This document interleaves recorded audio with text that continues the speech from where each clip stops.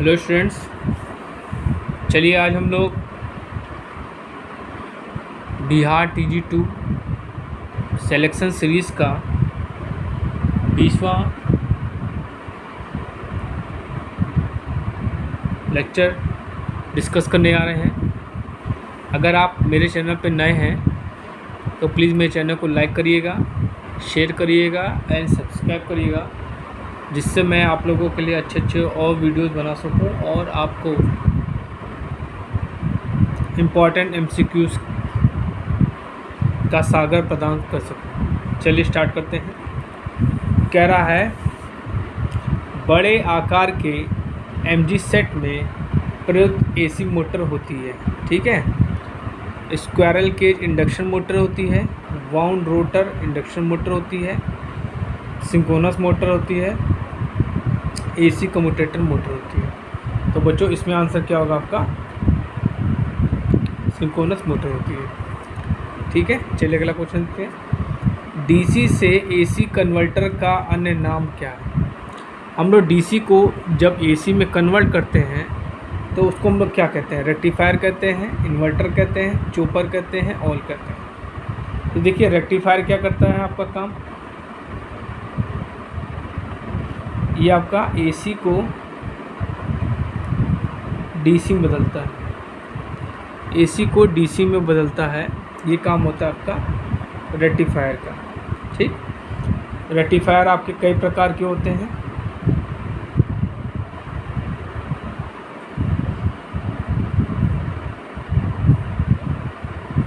एक होता है आपका हाफ वेव रेक्टिफायर,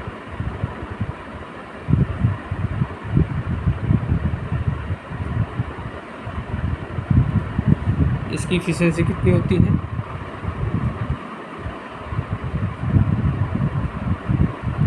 इसकी एफिशिएंसी क्या होती है? लगभग 40.6% इसकी एफिशिएंसी होती है। उसके बाद आता है आपका फुल वेव रेक्टिफायर, इसकी एफिशिएंसी होती है 81.2%। ठीक है, अब आते हैं इन्वर्टर। तो इन्वर्टर क्या करता है आपका? DC को AC में कन्वर्ट करता है। तो इसमें आंसर क्या हो जाएगा आपका? इन्वर्टर हो जाएगा। चॉपर क्या करता है? DC को DC में बदलता है।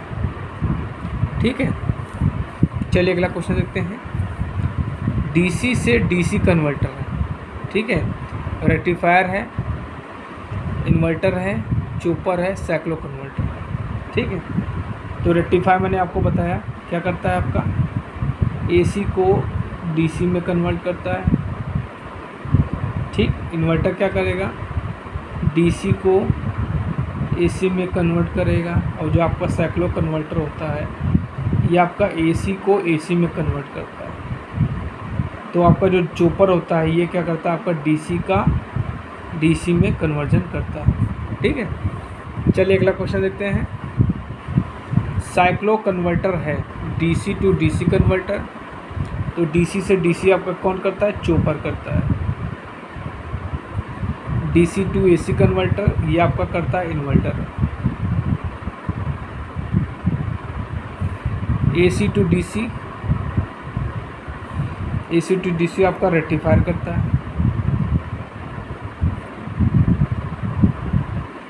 AC टू AC, इसमें आंसर क्या हो जाएगा आपका? Cyclo converter. ठीक है, चलिए अगला क्वेश्चन देखते हैं।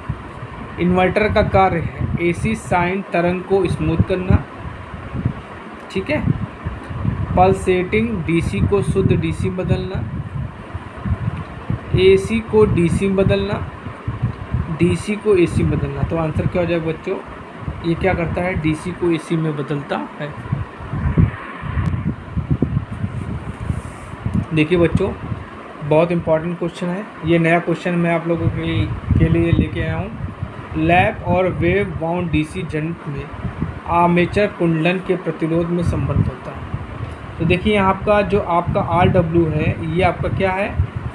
वेव के लिए। वेव वाइंडिंग,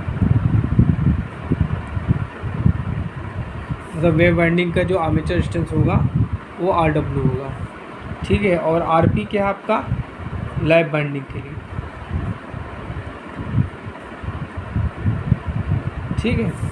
तो रिलेशन क्या होता है, RW इज इक्वल टू होता है P/2 का होल स्क्वायर इंटू RP, ये रिलेशन होता है। तो बच्चों इस हिसाब से आपका पहला ऑप्शन बिल्कुल सही है। कभी कभी आपसे पूछेगा कि थीटा इलेक्ट्रिकल और मैकेनिकल में क्या रिलेशन होता है, तो क्या होता है theta mechanical equal to P/2 into theta mechanical, ठीक है। और कभी कभी आपसे EMF भी पूछेगा, तो E V इक्वल टू होता है P/2 इंटू EP, ये भी आपको पता होना चाहिए, ठीक है। चलिए अगला क्वेश्चन देखते हैं। DC जनरेटर है, रेक्टिफायर है, रोटरी एम्पलीफायर है, शक्ति पंप है और प्राइम मूवर है। तो DC जनरेटर जो है आपका, उसको हम लोग रोटरी एम्पलीफायर भी कहते हैं, ठीक है। तो इसमें आंसर क्या हो जाएगा, रोटरी एम्पलीफायर। आर्मेचर जनित में अवशिष्ट चुंबकत्व किस कोटि का होता है, 2.5%, 10%, 15%, 20%। तो बच्चों इसमें आंसर क्या होगा, 2.5% होता है। चलिए अगला क्वेश्चन देखते हैं, बहुत इंपॉर्टेंट क्वेश्चन है, कई बार क्वेश्चन पूछा गया बच्चों। DC जनरेटर की मैक्सिमम इफिशियंसी पर आर्मेचर करंट क्या होगा यदि लौ हानियाँ, क्या होगा, लौ हानि शक्ति PI व आर्मेचर प्रतिरोध R ओम है। तो देखिए I is equal to PI/R, I is equal to √R/PI, और थर्ड ऑप्शन दिया है I is equal to PI/R। तो ये आपका ऑप्शन बिल्कुल सही है, ठीक है। जो आपकी करंट होती है वो क्या होती है, √WI/WC होती है, ठीक, ये फॉर्मूला होता है, ठीक है।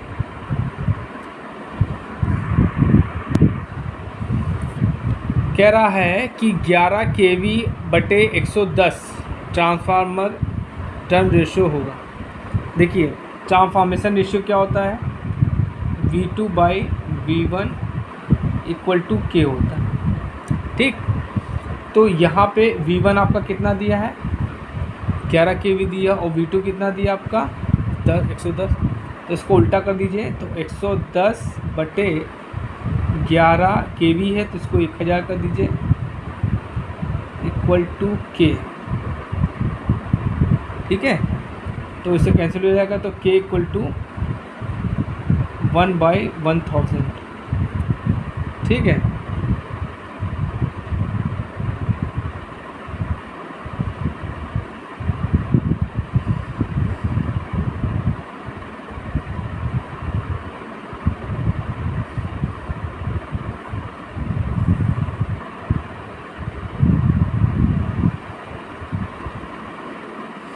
तो बच्चों यहाँ पे जो ऑप्शन होना चाहिए, इन्होंने 1 दिया है, 100 दिया है, 10 दिया है, 1000 दिया है।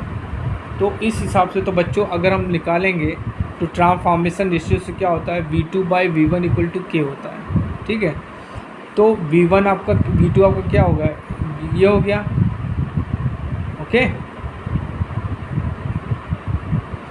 तो क्या हो जाएगा, ये हो जाएगा आपका, तो V2/110/11 kV।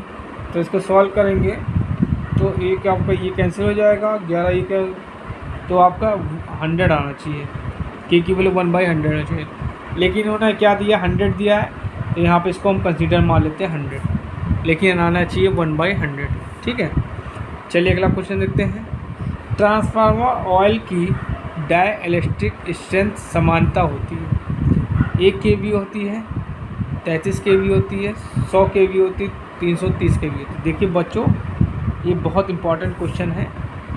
तो डाइइलेक्ट्रिक स्ट्रेंथ आपकी कितनी होती है, 33 kV होती है, ठीक है। चलिए अगला क्वेश्चन देखते हैं। जिस बिंदु पर ट्रांसफार्मर ऑयल प्रज्वलित होता है कहलाता है, फायर बिंदु कहलाता है, फ्लैश बिंदु कहलाता है, श्यान बिंदु कहलाता है, ऊष्मक बिंदु कहलाता है। तो बच्चों वो क्या कहलाता है आपका फ्लैश बिंदु, ठीक है। और फ्लैश बिंदु है आपका 140 डिग्री। 140 डिग्री पे क्या होता है, ये आपका जो ट्रांसफार्मर का ऑयल है वो प्रज्वलित होता है, ठीक है। ट्रांसफार्मर ऑयल हम लोग क्या यूज़ करते हैं, खनिज तेल और synthetic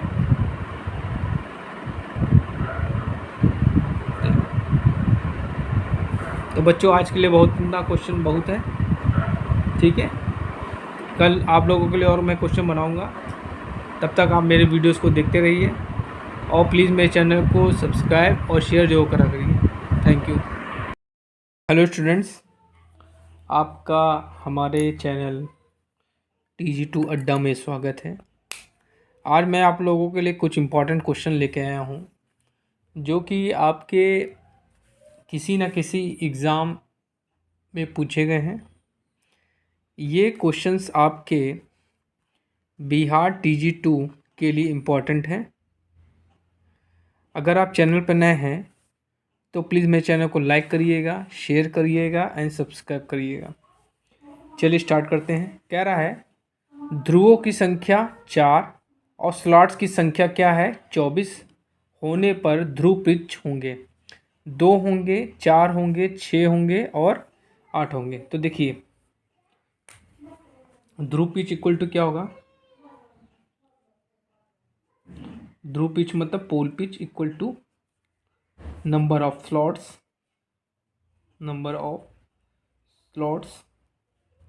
upon number of poles.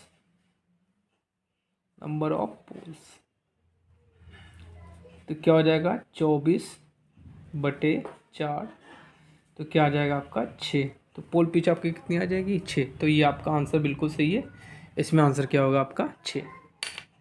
चलिए अगला क्वेश्चन देखते हैं। यदि एक AC मोटर में पोल के साथ, मतलब आपको पोल कितने दे दिए बेटा,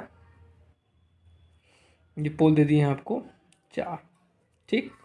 और स्लॉट्स कितने दिए हैं 24। तो आपसे पूछ रहा है स्लॉट्स की दूरी ज्ञात करनी अंश में, ठीक है। तो क्या हो जाएगा 180 बटे number of slots upon number of poles, ठीक है। तो क्या हो जाएगा 180 बटे 24/4, तो ये हो जाएगा आपका 180/6, तो 6 त्रिक 18। तो बच्चों ये आपका आ जाएगा 30 डिग्री। क्या आ जाएगा 30 डिग्री। तो 30 degree is the right answer. चलिए अगला क्वेश्चन देखते हैं। तुल्यकालिक मशीन में यदि कॉर्डिंग एंगल रो हो तो अंतराल गुणांक पिच फैक्टर क्या होगा। देखिए tan ρ/2 होगा, cos ρ होगा, sin ρ/2 और cos ρ/2। देखिए पिच फैक्टर जो होता है आपका Kp, ये होता है आपका cos α/2 होता है। पिच फैक्टर का फॉर्मूला क्या होता है cos α/2, लेकिन यहाँ पे इन्होंने अल्फ़ा की जगह क्या दिया, रो दे दिया है। तो ये आपका ये ऑप्शन बिल्कुल सही है। चलिए अगला क्वेश्चन देखते हैं। 4 पोल वाले अल्टरनेटर के लिए 30 डिग्री यांत्रिक के बराबर होता है, ठीक। तो देखिए 45 इलेक्ट्रिकल, 30 इलेक्ट्रिकल और 90 इलेक्ट्रिकल, 60 इलेक्ट्रिकल। तो देखिए theta electrical to P/2 into theta mechanical, ये रिलेशन आपको याद करना पड़ेगा, ठीक। अब देखिए यहाँ पे क्या दिया है, पोल आपको कितने दे दिए हैं 4, ठीक। तो 2 हो जाएगा। अब यहाँ थीटा m की वैल्यू इन्होंने कितनी दे दी है 30 डिग्री, ठीक। तो कितना हुआ 2 × 30 हो जाएगा। तो बच्चों ये आपका आंसर आ जाएगा 60 डिग्री। तो थीटा इलेक्ट्रिकल इक्वल टू कितना आ जाएगा आपका 60 डिग्री। तो किसके बराबर होगा? 60 डिग्री इलेक्ट्रिकल के बराबर होगा। अंडर एक्साइटेड सिंक्रोनस मोटर पर धारा लेती है 0 power factor, leading power factor, lagging power factor, unity power factor. ठीक है, तो अंडर एक्साइटेड में जो होता है वो आपका क्या होता है? लैगिंग पावर फैक्टर लेगी। ठीक है, और ओवर एक्साइटेड में आपका लीडिंग पावर फैक्टर लेगी। और जो आपकी सिंक्रोनस मोटर होती है ये आपके तीनों पावर फैक्टर पे काम करती है, तीनों पीएफ पर कार्य करती है, तीनों पीएफ पे कार्य करती है। ठीक है, यूनिटी, लीडिंग और लैगिंग। ठीक है, चलिए अगला क्वेश्चन देखते हैं। सिंक्रोनस मोटर को प्रचालित किया जाता है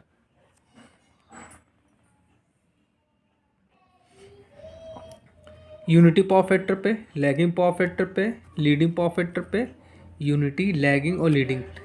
तो देखिए आपको मैंने बताया जो सिंक्रोनस मोटर होती है बच्चों, वो आपकी तीनों पावर फैक्टर पे काम करती है, यूनिटी पे भी करती है, लैगिंग पे भी करती है और लीडिंग पे भी करती है। तो इसमें आंसर क्या हो जाएगा आपका? ये सही हो जाएगा। यदि एक सिंक्रोनस मोटर, ठीक है, एक सिंक्रोनस मोटर अति उत्तेजित होकर चल रही है तो पावर फैक्टर होगा, यूनिटी होगा, लीडिंग होगा, लैगिंग होगा, जीरो होगा। ठीक है, तो जब अति उत्तेजित चल रही है तो पावर फैक्टर क्या होगा आपका? लीडिंग होगा। ठीक है, चलिए अगला क्वेश्चन देखते हैं। 3 फेज इंडक्शन मोटर को किस प्रकार का सप्लाई दी जाता है? सिंगल फेज डीसी आती है, 3 फेज डीसी आती है, सिंगल फेज एसी दी आती है, 3 फेज एसी आती है। ठीक है, तो क्या होता है कि 3 फेज इंडक्शन मोटर के स्टेटर पे हम लोग 3 फेज एसी सप्लाई देते हैं, जिससे क्या होता है? एक रोटेटिंग मैग्नेटिक फील्ड जनरेट होता है, rotating magnetic field. Magnetic field generate होता है जिसकी स्पीड क्या होती है? सिंक्रोनस स्पीड होती है, और ये होता है NS इक्वल टू 120 F/P होता है। ठीक है, और इसी रोटेटिंग मैग्नेटिक फील्ड के कारण आपकी जो आपकी 3 फेज इंडक्शन मोटर है बच्चों, वो सेल्फ स्टार्टिंग बनती है। निम्नलिखित में से किस मशीन के लिए रोटेटिंग मैग्नेटिक फील्ड की अवधारणा अच्छी है? Alternator, DC motor, transformer, induction motor. तो बच्चों आपका induction motor is the right answer. प्रेरण मोटर के स्टेटर का आकार होता है, गोलाकार होता है, घन होता है, बेलनाकार होता है, घना होता है। तो जो आपका रोटर स्टेटर का आकार होता है वो क्या होता है? बेलनाकार होता है। चलिए अगला क्वेश्चन देखते हैं। प्रेरण मोटर में स्टेटर किसका बना होता है? ठीक है, एल्युमिनियम का बना होता है, कॉपर का बना होता है, सिलिकॉन स्टील का बना होता है, कास्ट आयरन का बना होता है। तो जो आपका स्टेटर और रोटर दोनों आपका सिलिकॉन स्टील के बने होते हैं। ठीक है, चलिए अगला क्वेश्चन देखते हैं। स्लिप के 0% होने पर इंडक्शन मोटर की गति क्या होगी? ठीक है, 0 होगी, सिंक्रोनस स्पीड होगी, निर्धारित गति होगी, नन होगी। देखिए स्लिप इक्वल टू क्या होता है? NS माइनस NR होता है अपॉन NS होता है। ठीक, अब क्या करा है? स्लिप की वैल्यू 0 कर दी, तो मतलब यहाँ पे 0 अपने रख दिया, तो क्या हो जाएगा? NS minus NR upon NS हो जाएगा। तो ये क्या हो जाएगा? NS minus NR equal to 0। तो रोटर की जो स्पीड होगी क्या हो जाएगी? वो आपकी सिंक्रोनस स्पीड हो जाएगी। NR इक्वल टू NS हो जाएगा, तो क्या हो जाएगी? सिंक्रोनस स्पीड हो जाएगी। 4 पोल 3 फेज इंडक्शन मोटर 50 हर्ट्ज की आवृत्ति वाली आपूर्ति से संचालित है। इस स्थिति में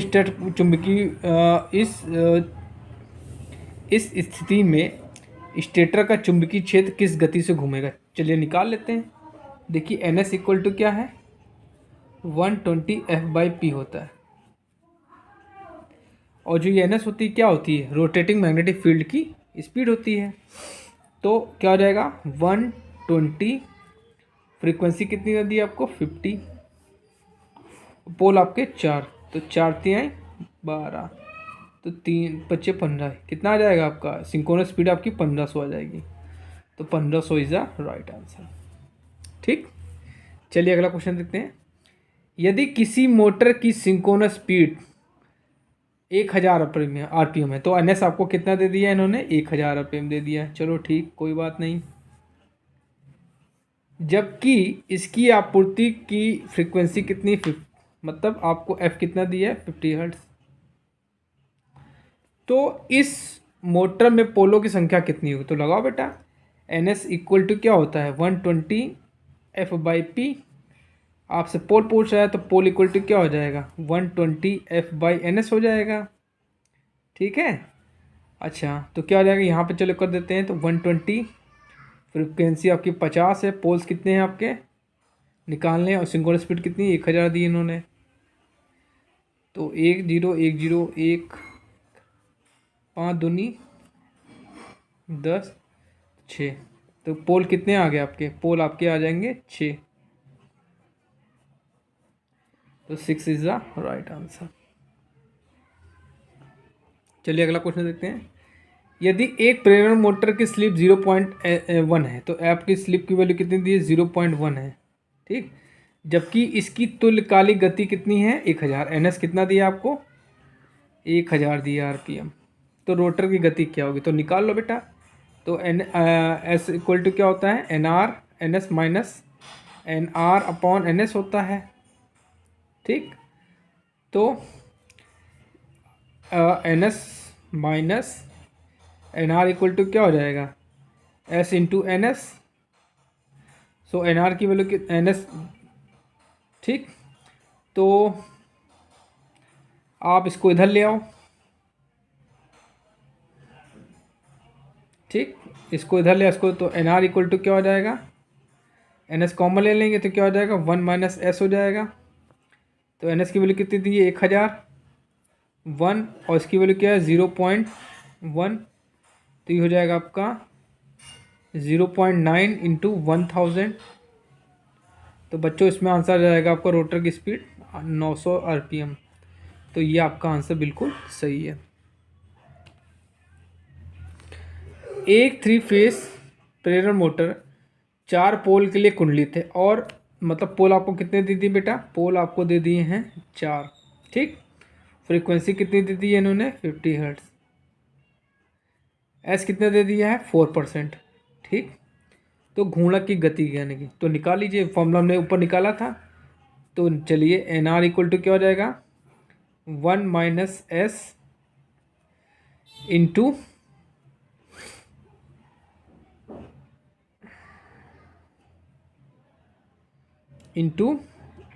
NS हो जाएगा। तो S आपको S कितना हो जाएगा 4%, मतलब क्या हो जाएगा ये होगा 0.04 हो जाएगा। ठीक, 4% मतलब क्या हो जाएगा 4/100।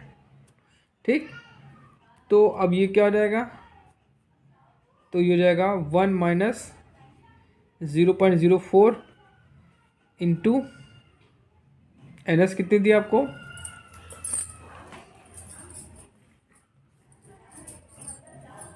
ठीक, NS दिया नहीं, NS पहले आप निकाल लीजिए। ठीक है, तो NS इक्वल टू क्या हो जाएगा 120 F/P। ठीक, तो 120, फ्रिक्वेंसी आपको कितने दिए हैं 50 हर्ट्स, पोल आपके 4 हैं, जो 4 तिहाई 12, तो कितनी आ जाएगी आपकी 1500। ठीक, तो क्या आ जाएगा, इसमें से घर आएंगे तो क्या आ जाएगा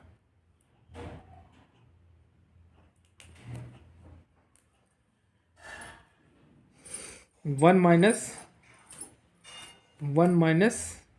0.04 इंटू 1500। ठीक, तो इसको सॉल्व करेंगे। तो बच्चों इसको जब सॉल्व करेंगे तो ये आपका आएगा 0.96, और इसको 1500 से मल्टीप्लाई कर देंगे तो ये आपका आ जाएगा 1440 RPM। तो रोटर की स्पीड आपकी आ जाएगी 1440 RPM। चलिए अगला क्वेश्चन देखते हैं। स्टार डेल्टा स्टार्टर में कितने टर्मिनल होते हैं? 10 होते हैं, 8 होते हैं, 4 होते हैं, 6 होते हैं। तो कितने होते हैं? 6 होते हैं। ट्रांसफार्मर की रेटिंग होती है केवीए में होती है, केडब्ल्यू में होती है, एम्पियर आवर में होती है, नन। तो देखिए ट्रांसफार्मर की जो रेटिंग होती है वो आपकी क्या होती है? केवीए में होती है। ठीक, केवीए में या एमवीए में। ठीक, अल्टरनेटर की भी रेटिंग आपकी केवीए और एमवीए में होती है। किलोवाट का आपका डीसी जनरेटर और मोटर में होता है। DC generator, DC motor. Ampere hour होती है आपकी बैटरी की। ठीक, फ्यूज की रेटिंग होती है आपकी एम्पियर में। रिले की रेटिंग होती है आपकी एम्पियर में। ठीक है, सर्किट ब्रेकर की होती है आपकी केवी में। ठीक है, ये सब आपको पता होना चाहिए। ट्रांसफार्मर किस सिद्धांत पर कार्य करता है? म्यूचुअल इंडक्शन पे, सेल्फ इंडक्शन पे, इलेक्ट्रोस्टैटिक इफेक्ट पे, हीटिंग इफेक्ट पे। तो आपका ट्रांसफार्मर जो होता है म्यूचुअल इंडक्शन पे कार्य करता है। स्टैटिक ईएमएफ किस में प्रयोग होता है? ट्रांसफार्मर में, डीसी मोटर में, सिंक्रोनस मोटर में, नन। तो स्टैटिक ईएमएफ आपका ट्रांसफार्मर में यूज होता है। और जो आपका डायनेमिक ईएमएफ होता है, डायनेमिक ईएमएफ आपका डीसी मोटर और सिंक्रोनस मोटर में यूज होता है। ठीक है, प्राइमरी और सेकेंडरी वाइंडिंग के संबंध में किसी ट्रांसफार्मर का ईएमएफ समीकरण होता है। पहला दिया E1 is equal to 4.44 FN1 5M, E1 equal to 4.44 FN1 B max A, E2 equal to 4.44 FN2 5M, E2 equal to 4.44 FN2 B max। सभी। तो बच्चों इसमें आंसर क्या हो जाएगा? सभी। ये आपका क्या है? प्राइमरी वाइंडिंग के लिए है।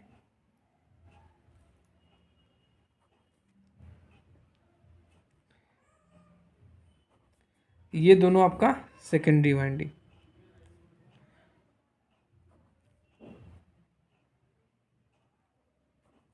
ठीक, चलिए अगला क्वेश्चन देखते हैं। एक ट्रांसफार्मर के प्राइमरी साइड पर प्रति टर्न वोल्टेज किसके रूप में व्यक्त किया जाएगा? प्राइमरी देखिए V2 अपॉन V1 और N2 अपॉन N1 ये होता है। अब ये क्या हो जाएगा? हम इसको इंटरचेंज कर देते हैं।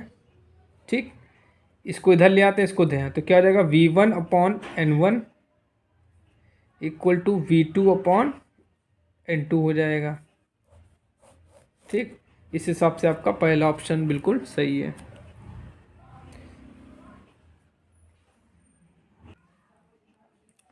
निम्नलिखित रंगों में से किस रंग की तरंगदैर्घ्य उच्चतम होती है? हरे की, लाल की, पीले की, बैंगनी की। तो उच्चतम जो होती है आपकी मैक्सिमम, ये आपकी रेड की होती है। और मिनिमम सबसे किसकी होती है? बैंगनी की। किसकी? बैंगनी की। मिनिमम सबसे होती है बैंगनी की और सबसे मैक्सिमम होती है आपकी रेड की। इल्यूमिनेशन को मापने के लिए किस यंत्र का प्रयोग होता है? फोटोमीटर का होता है, मल्टीमीटर का होता है, वोल्ट मीटर का, उपयोगिता मीटर का। तो इल्यूमिनेशन नापने के लिए हम लोग फोटोमीटर का प्रयोग करते हैं। ठीक है, मल्टीमीटर क्या होता है? इससे हम लोग कई चीज़ नापते हैं। वोल्ट मीटर से हम लोग वोल्टेज नापते हैं। स्टेरेडियन किसका मात्रक होता है? प्लेनर कोण का, ठोस कोण का, विकिरण दक्षता, नन। तो स्टेरेडियन आपका क्या होता है? सॉलिड एंगल का मात्रक होता है, मतलब ठोस कोण का। लुमिनस एनर्जी के प्रवाह की दर को कहा जाता है? लुमिनस फ्लक्स कहा जाता है, लुमिनस इंटेंसिटी कहा जाता है, ल्यूमेन कहा जाता है, इल्यूमिनेशन। तो क्या कहलाता है बच्चों? लुमिनस फ्लक्स कहलाता है। ब्राइटनेस की इकाई है, लैम्बर्ट है, ल्यूमेन है, कैंडला है, लक्स है। तो लैम्बर्ट जो है आपकी ब्राइटनेस की इकाई है। ठीक है, चलिए अगला क्वेश्चन देखते हैं। चोक के कारण ट्यूब लैंप सर्किट का पावर फैक्टर होता है, लैगिंग होता है, लीडिंग होता है, यूनिटी होता है, जीरो होता है। तो क्या होगा आपका लैगिंग होगा। चोक क्या करता है, करंट को कंट्रोल करता है, कंट्रोल करंट, कंट्रोल करंट, ठीक। और क्या कहता है, इंक्रीज वोल्टेज, इंक्रीज वोल्टेज मतलब करंट को कंट्रोल करेगा, ठीक है, और वोल्टेज को बढ़ाएगा।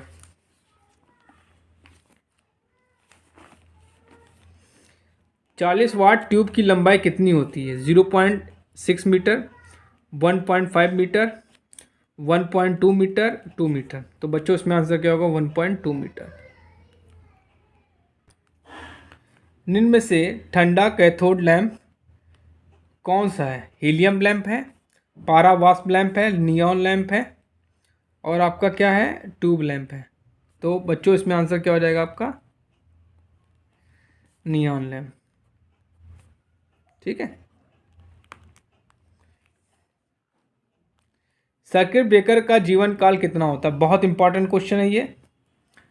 40 से 50 साल होता है, 30 से 40 साल होता है, 15 से 20 साल, 60 से 80 साल। तो ये आपका क्या होता है, 30 से 40 साल इसका जीवन काल होता है, मतलब इसकी ड्यूरेबिलिटी कितनी होती है, 30 से 40 साल होती है। बुको रिले का उपयोग किस में किया जाता है, डीसी मेमोरी में, ट्रांसफार्मर में, अल्टरनेटर में, 3 फेज इंडक्शन मोटर में। तो जो बुको रिले होती है ये आपकी ट्रांसफार्मर में यूज़ होती है, बुकोज रिले, ठीक। ये क्या होती है, गैस प्रचालित रिले होती है, गैस प्रचालित रिले।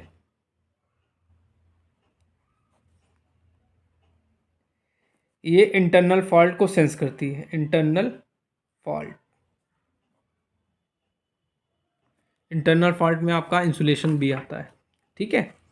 और क्या होता है, ये मेन टैंक तथा कंजर्वेटर टैंक के बीच में यूज, टैंक के बीच में, ठीक। चलिए अगला क्वेश्चन देखते हैं। सर्किट ब्रेकर की रेटिंग होती है केवी में, एम्पियर आवर में, केडब्ल्यू में, केवीए में। तो बच्चों आंसर क्या हो जाएगा आपका, सर्किट ब्रेकर की रेटिंग केवी में होती है।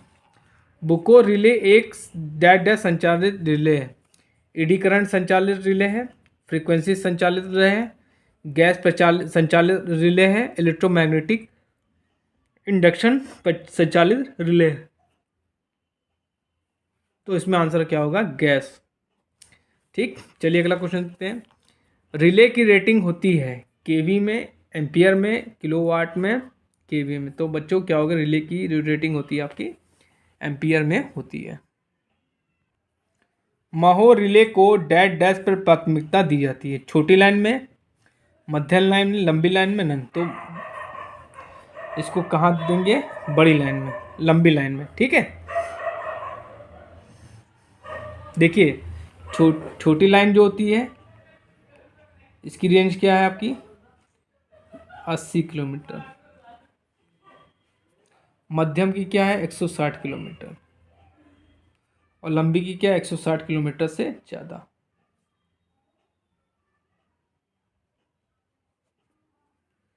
निम्नलिखित में से कौन सी ओवरलोड रिले नहीं है, तापीय, प्रेरण, विद्युत चुंबकीय, स्थिर विद्युत। तो ओवर करंट कौन सी नहीं है आपकी, ये स्थिर विद्युत, ठीक है। तो बच्चों आज के लिए इतने क्वेश्चन बहुत हैं, इन क्वेश्चन को देखिएगा, समझिएगा और पढ़िएगा। हेलो स्टूडेंट्स, चलिए आज कुछ और अन्य क्वेश्चन डिस्कस करते हैं। कह रहा है ओवरहेड ट्रांसमिशन लाइन में समान प्रकार का दोष है, 3 फेज दोष होता है, लाइन टू लाइन दोष होता है, सिंगल लाइन टू ग्राउंड दोष होता है, डबल लाइन टू ग्राउंड दोष होता है। तो बच्चों क्या होता है, इसमें सिंगल लाइन टू ग्राउंड दोष होता है, ठीक है, इसमें यही आंसर होगा। चलिए अगला क्वेश्चन देखते हैं। संचरण लाइन का प्रभावी एसी प्रतिरोध डीसी प्रतिरोध की तुलना में अधिक होता है, समान होता है, कम होता है, और नगण्य होता है।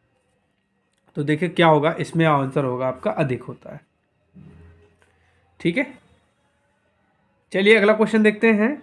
जापान में जनरेटिंग वोल्टेज है 11 kV है, 33 kV है, 66 kV है, 132 kV है। तो जो 11 kV है ये आपका इंडिया और ब्रिटेन में होता है। इंडिया और ब्रिटेन में जनरेटिंग वोल्टेज आपका 11 kV है, ठीक है, ओके। और फ्रीक्वेंसी कितनी आपकी 50 हर्ट्ज, ठीक। जो आपका 33 kV है ये आपका कहाँ कहाँ की है, जापान हो गया आपका, रूस हो गया, अमेरिका हो गया, वहाँ पे जो जनरेटिंग वोल्टेज है वो क्या आपका 33 kV है। तो इसमें आंसर क्या हो जाएगा आपका 33 kV। निम्न में से प्राइमरी डिस्ट्रीब्यूशन वोल्टेज है, 11 kV है, 33 kV है, 415 वोल्ट है, 66 kV है। तो देखिए आपका जो प्राइमरी डिस्ट्रीब्यूशन वोल्टेज है वो आपका क्या है 11 kV है, और सेकेंडरी डिस्ट्रीब्यूशन वोल्टेज आपका कितना है 415 वोल्ट, ठीक। चलिए अगला क्वेश्चन देखते हैं। भारत में फ्रीक्वेंसी का मान है 50 हर्ट्स है, 60 हर्ट्स है, 70 हर्ट्स है और कोई नहीं। तो बच्चों भारत में फ्रीक्वेंसी का मान क्या है 50 हर्ट्स है। 60 हर्ट्स कहाँ की है, जापान में है, रूस में है, अमेरिका में है, ठीक है। इन सब जगह जो है आपकी फ्रीक्वेंसी का मान 60 हर्ट्स होता है। ट्रांसमिशन लाइन का वोल्टेज रेगुलेशन होता है V S minus V R upon V R into 100, V R minus V S upon V S into 100, V S minus V R upon V S, और आपका चौथा none. तो देखिए V S क्या होता है सेंडिंग वोल्टेज हो गया, और वी आर क्या होगा आपका रिसीविंग वोल्टेज। सेंडिंग मतलब आपका इनपुट वोल्टेज, वी आर मतलब आउटपुट वोल्टेज, ठीक। तो आपका यही आंसर सही है, ठीक है। चलिए अगला क्वेश्चन देखते हैं। निम्न में से कौन सी ट्रांसमिशन लाइन महंगी है एसी महंगी है, डीसी महंगी है, एसी और डीसी दोनों महंगी है, नन।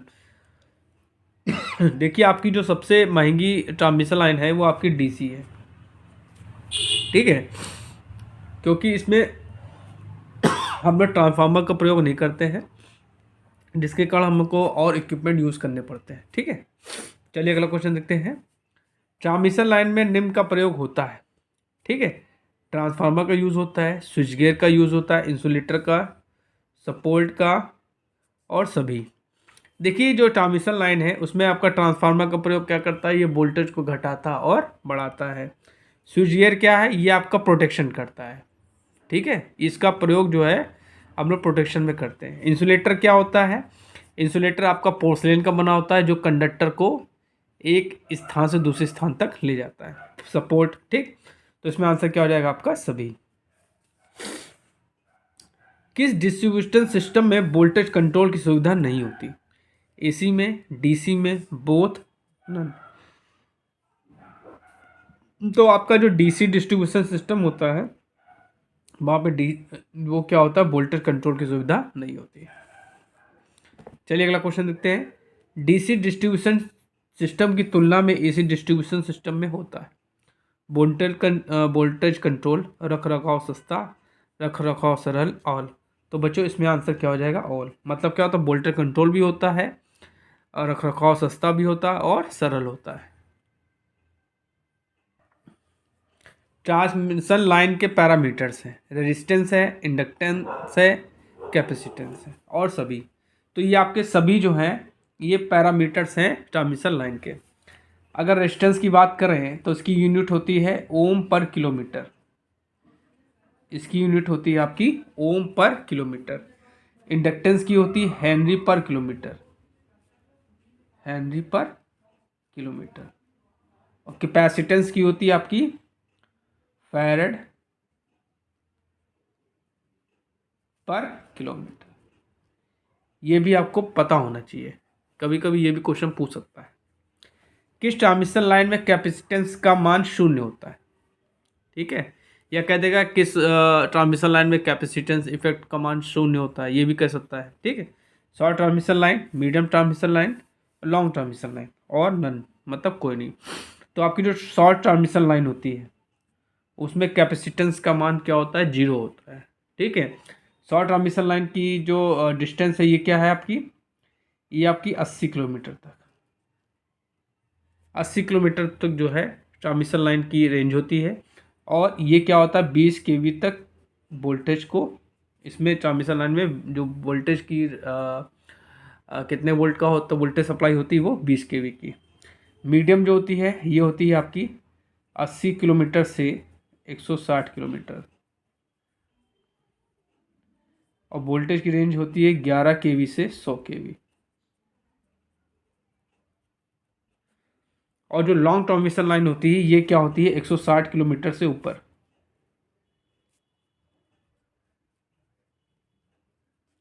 ठीक, तो इसकी रेंज क्या होती है, 100 केवी के ऊपर। 132 जो होता है ये आपका लॉन्ग ट्रांसमिशन लाइन में आता है। भारत में हाईएस्ट डीसी ट्रांसमिशन वोल्टेज है 400 केवी है, 765 केवी है, 800 केवी है, 230 केवी है। ये तो आपका एसी का हो गया transmission line, highest AC transmission line.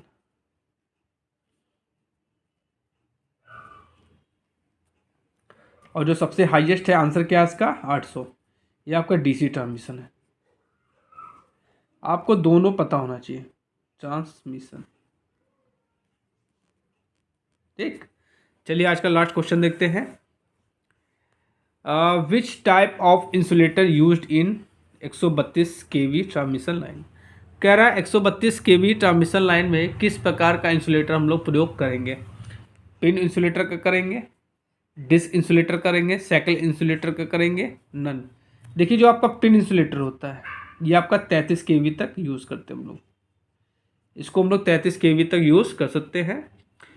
ठीक, जो आपका डिस्क इंसुलेटर होता है ये आपका आंसर होगा।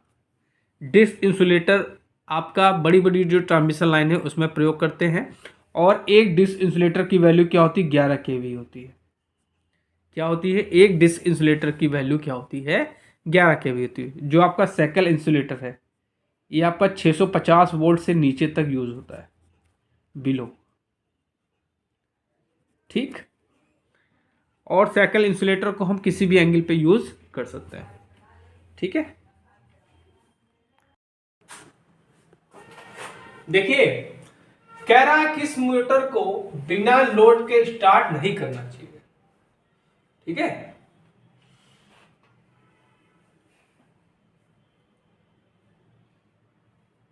ठीक,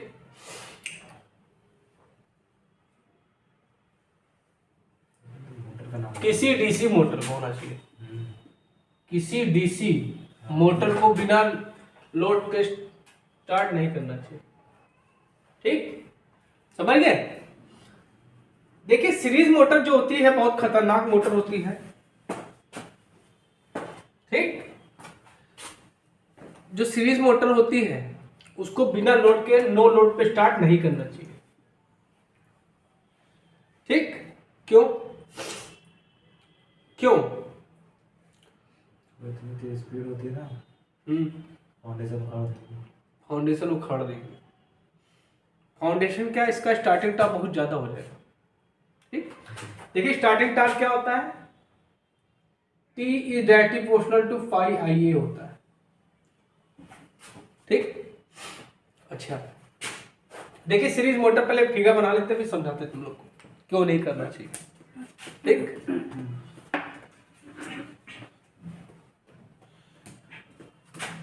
ये आपका आर्मेचर हो गया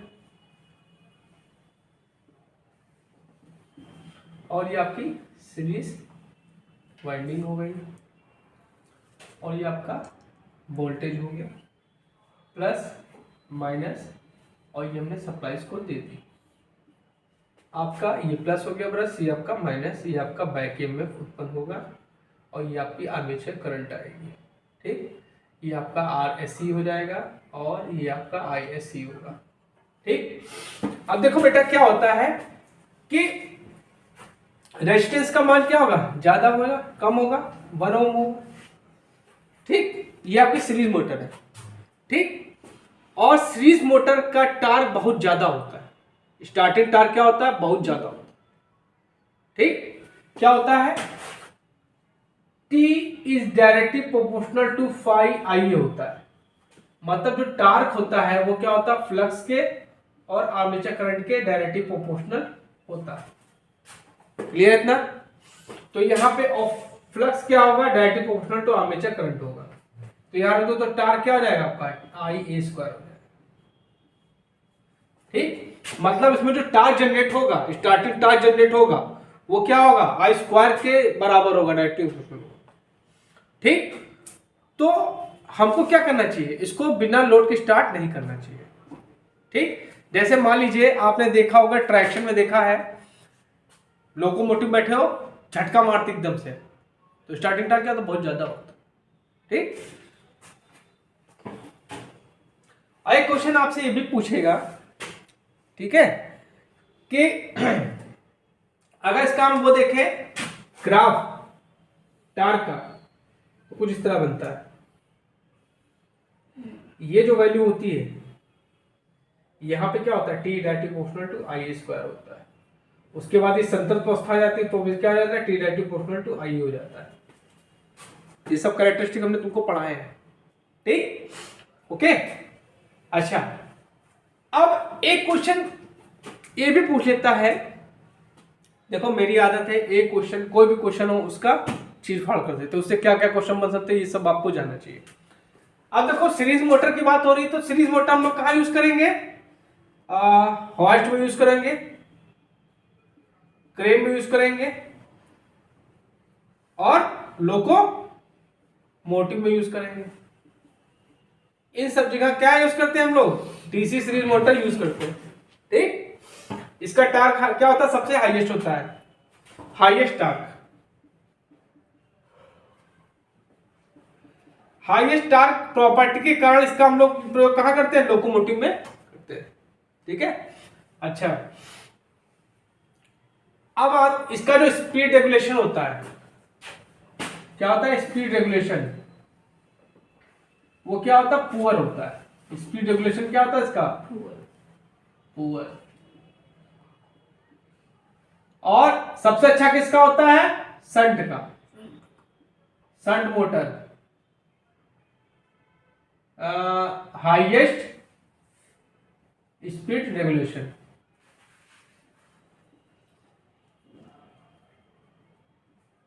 ठीक, जब रेगुलेशन की वैल्यू 0 हो जाए, चाहे आपका वोल्टेज रेगुलेशन हो, चाहे आपका स्पीड रेगुलेशन हो, जब वैल्यू 0 हो जाती है तो क्या होता है, अच्छा माना जाता है। ठीक है, ये सब बातें थी आपके सीरीज मोटर से रिलेटेड।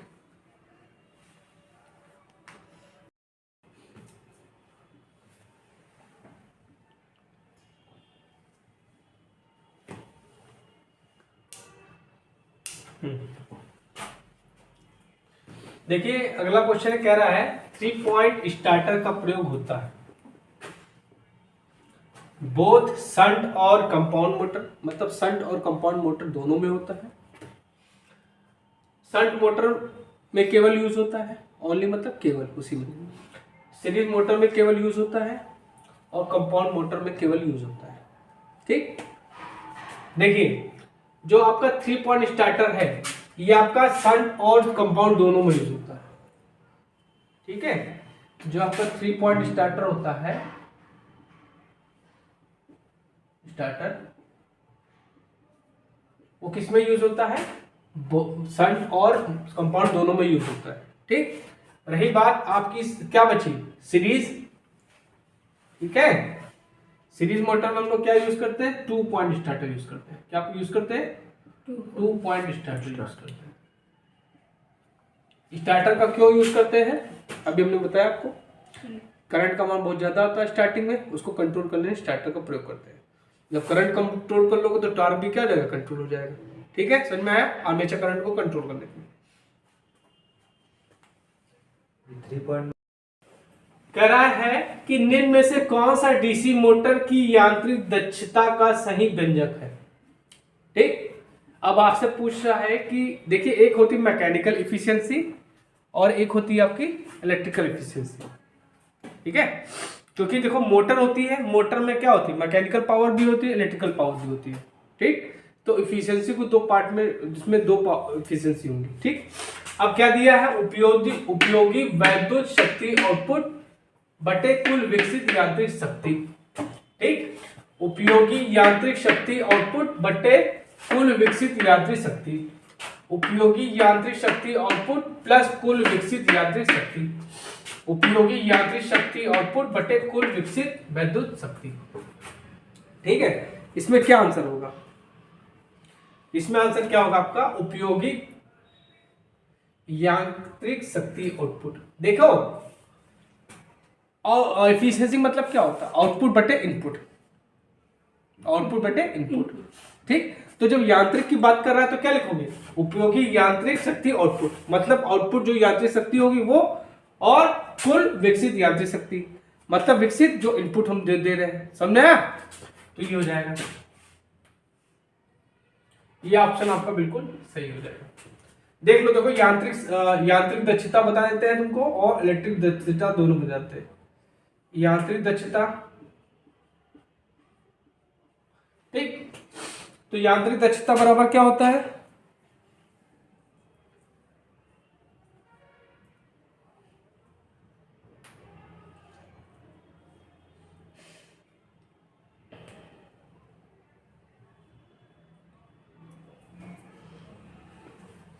क्या होगी?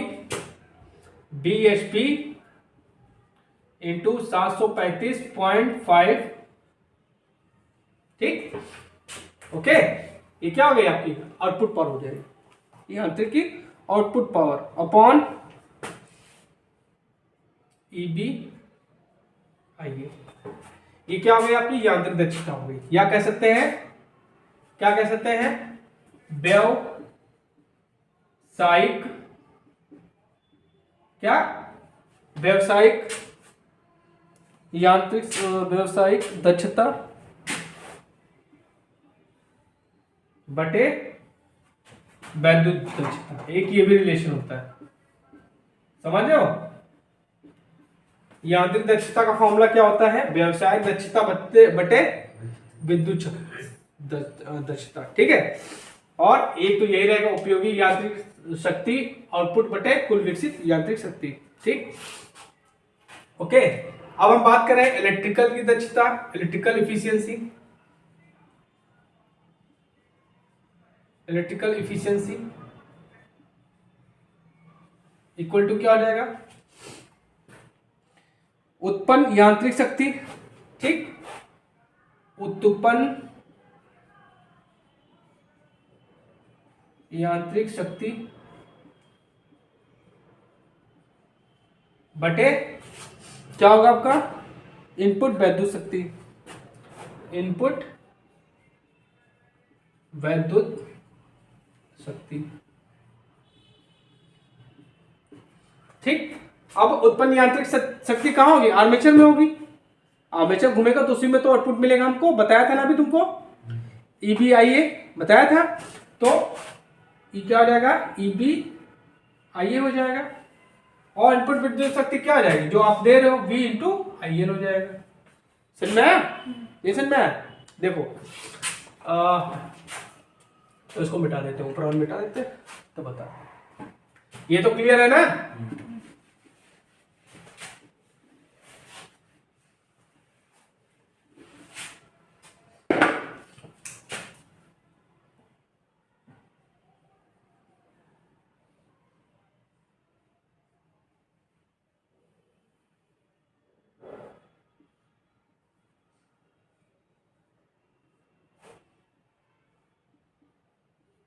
अब देखो, यहां पे तुम इनपुट दे रहे थे ना, मोटर को आप क्या दे रहे हो? इलेक्ट्रिकल पावर दे रहे हो ना। इलेक्ट्रिकल पावर देते हो, वही कन्वर्ट करता है मैकेनिकल पावर में, यही तो होता है। तो हमने यहाँ सप्लाई दी, तो यहाँ पे कितना हो जाएगा? IL, यही करंट होगी, IL लोड होगी, तो पावर इक्वल टू क्या हो जाएगा? P1 इक्वल टू क्या हो जाएगा? V इंटू IL हो जाएगा, यही तो होगा।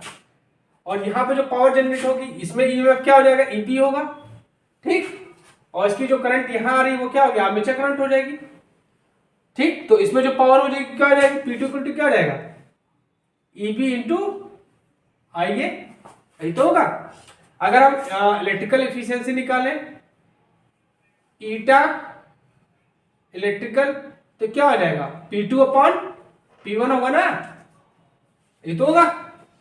और P2 क्या हो जाएगा, EB IA upon V into IA, ये हो जाएगा आपका मैकेनिकल इलेक्ट्रिकल इफिशियंसी। ठीक, और मैकेनिकल इफिशियंसी ये bhp इंटू 735, ठीक, अपॉन ये क्या हो जाएगा, ये जो आप इलेक्ट्रिकल दे रहे हो, ठीक, क्योंकि ये आपका क्या है, मैकेनिकल मिल रहा है ना यहाँ पे आपको, यही इसी को। तो अब देखो जो आपका क्या होगा कि इसमें जो आप दे रहे हो, आर्मेचर में जो दे रहे हो, ठीक, वो क्या हो जाएगा, इसके लिए क्या हो जाएगी, ये आपकी इनपुट मैकेनिकल पावर हो जाएगी। ठीक है, जो आर्मेचर के लिए जो हो जाएगा, ठीक है, वो जो EBIA हो जाएगा वो क्या हो जाएगा, इनपुट मैकेनिकल पावर हो जाएगी। आउटपुट क्या निकालेगा, ये निकालेगा bhp इंटू 735.5। ये दोनों आपको याद करना है, ये बहुत कंफ्यूजन वाला पूछ लेता है। ठीक, कॉपर लॉसेस अनुपातित होता है। ठीक, अनुपातित मतलब समझो कि कॉपर की जो वैल्यू होती है किसके समानुपाती होती है या व्युत्क्रमानुपाती, मतलब किसके अनुपात में बढ़ेगी, किसके अनुपात में घटेगी। ठीक, I square under root I नन। देखो कॉपर लॉसेस का अगर तुमको फॉर्मूला पता होगा, और कभी कभी क्या होता है पूछ लेगा कि सैथिल हानियों में ये किसके अनुपातिक होता है, तो ये तब पॉसिबल है जब आपको फॉर्मूले सारे पता हो पर्टिकुलर। ठीक, देखो कॉपर लॉसेस का फॉर्मूला क्या होता है, PCU इक्वल टू क्या होता है, आई स्क्वायर आर तो होता है, यही तो होता है कॉपर लॉसेस। तो यहां से क्या पता चला, कॉपर लॉसेज आपका किस पे डिपेंड करेगा, डायरेक्टली प्रोपोर्शनल टू करंट के। तो इसमें आंसर क्या आ जाएगा। ठीक, अब कभी कभी पूछ लेगा आपसे कि सैथिल हानिया का क्या फॉर्मूला होता है। ठीक, तो सैथिल हानिया क्या होती है,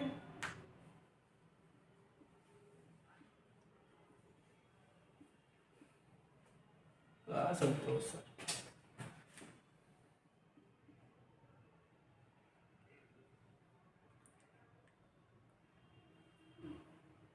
KH B max 1.6 F into V। ठीक, ये आपका क्या होगा, सैथिल हानिया हो गया। और एडी करंट लॉसेस क्या होगा,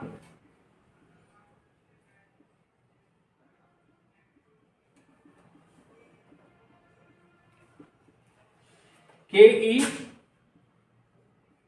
B max F square T square V। ये आपकी क्या हो गई, आयरन लॉसेस होंगे। ये क्या होते हैं, फिक्स होते हैं। क्या होते हैं, फिक्स्ड होते हैं। ठीक, ये क्या होते हैं, ये आपके फिक्स्ड लॉसेस होते हैं। ठीक है, फिक्स्ड लॉसेस मतलब ये लोड पे डिपेंड नहीं करते हैं।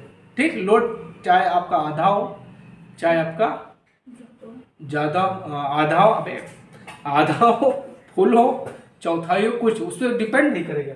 लेकिन ये जो कॉपर लॉसेस होते हैं ये डिपेंड करते हैं। ठीक, अगर लोड आपका अगर फुल लोड पर लॉसेस क्या होंगे, आई स्क्वायर आर होंगे। ठीक, बात ध्यान से समझो मैं क्या बताने जा रहा हूं। अगर हाफ लोड हो जाएगा तो 1/4 लॉसेज हो जाएंगे, समझ गए। और अगर 1/4 लोड है तो क्या हो जाएगा, 1/16 कॉपर लॉस हो जाएंगे। ठीक, और जीरो लोड पे जीरो होगा, कब खत्म। ठीक, समझ में आई, कॉन्सेप्ट क्लियर। देखिए बच्चों, ये क्वेश्चन मुझसे स्पेशली एक बच्चे ने पूछा है। ये क्वेश्चन आपका कंपटीशन एग्जाम में पूछा गया है। एक ट्रांसफार्मर में X1 की वैल्यू 5.2 ओम है और X2 की वैल्यू 0.015 ओम है। यदि टर्न रेशियो आपका 1/20 है तो प्राथमिक पर टोटल रिएक्टेंस XL, ये आपका क्या है, XL का मान बताइए। ठीक, तो पहले इसका कॉन्सेप्ट क्लियर करते हैं, क्योंकि अगर यहाँ पे क्या है, कभी कभी आपको दे देगा R1 दे देगा, कभी आपको R2 दे देगा। ठीक है, तो उस कंडीशन पे हम लोग क्या करेंगे, तो पहले मैं आपका कॉन्सेप्ट क्लियर करूंगा। ठीक है, देखिए ये आपकी क्या है, ये आपकी प्राइमरी वाइंडिंग है। ठीक, इसका रेजिस्टेंस मान लेते हैं R1 है और ये रिएक्टेंस आपका XL है, X1 है। तो ये आपका R1 हो गया, ये आपका X1 हो गया और सप्लाई वोल्टेज आपकी V1 हो गई। ठीक, ये आपका क्या हो जाएगा, N1 हो जाएगा। ठीक, अब ये आपकी क्या हो गई बच्चों, सेकेंडरी वाइंडिंग। इसका रेजिस्टेंस क्या है, R2 हो गया और इसका रिएक्टेंस क्या हो जाएगा, ये लोड लगा दिया। ठीक, ये आपका लोड हो गया RL, ये आपका हो जाएगा X2 और ये आपका R1। इन दोनों का रिजल्टेंट होता है, उसको बोलते हैं हम लोग Z1। ठीक, और इन दोनों के रिजल्टेंट को बोलते हैं हम लोग Z2। ठीक है, अब क्या है, पहले हम क्या करेंगे, प्राइमरी के रेजिस्टेंस को और रिएक्टेंस को सेकेंडरी में शिफ्ट करेंगे। ठीक है, तो लिखेंगे R1 को सेकेंडरी में ट्रांसफर करने पर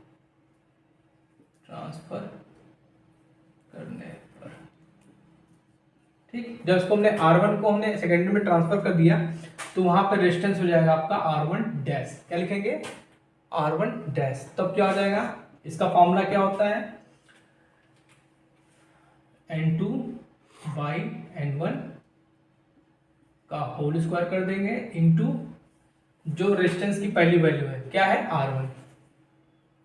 ठीक, और हम लोग ट्रांसफॉर्मेशन इश्यू जानते हैं क्या होता है, E2 upon E1 equal to N2 by N1 equal to V2 by V1 equal to I1 upon I2 equal to होता है आपका K। तो यहाँ पे N2 बाई N1 की जगह हम क्या रख सकते हैं, K रख सकते हैं। तो क्या आ जाएगा आपका, ये आ जाएगा आपका K स्क्वायर R1। ठीक है, तो यहाँ पे जो टोटल डिस्टेंस नई वैल्यू आ जाएगी डिस्टेंस की, वो कितनी हो जाएगी, K स्क्वायर R1 हो जाएगी। इसी तरह अगर हम इस रिएक्टेंस को इधर ट्रांसफर करेंगे तो क्या हो जाएगा, X1 डैश हो जाएगा। तो ये क्या हो जाएगा आपका N2 बाई N1 का होल स्क्वायर इंटू X1 हो जाएगा, जो पहली वैल्यू होगी। ठीक, तो ये भी क्या हो जाएगा, K स्क्वायर टाइम्स X1 हो जाएगा। ठीक, अब देखो हमने ट्रांसफर कर दिया है, तो पहले आपका R1 था और आपका एक और रेजिस्टेंस मिल गया, तो यहाँ पे क्या हो जाएगा, नया रेजिस्टेंस क्या हो जाएगा, ये हो जाएगा आपका R1 और नया रेजिस्टेंस कितना हो गया, ये आपका R1 डैश हो जाएगा। तो इन दोनों का जो टोटल रिएक्टेंस हो जाएगा, टोटल डिस्टेंस हो जाएगा, टोटल रेजिस्टेंस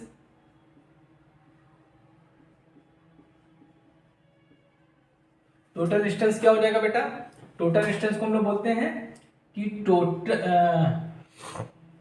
R, ठीक है, इक्विवेलेंट S, मतलब S फॉर सेकेंडरी वाइंडिंग और इक्विवेलेंट मतलब सेकेंडरी वाइंडिंग का इक्विवेलेंट डिस्टेंस कितना हो जाएगा, ये हो जाएगा आपका R1 प्लस R1 डैश। ठीक है, सॉरी यहाँ पे R2 होगा ना, R2 होगा। ठीक, ये R1 नहीं होगा, ये आपका R2 सेकेंड में कर रहे हैं ना। ठीक, यहाँ पे ये R2 है।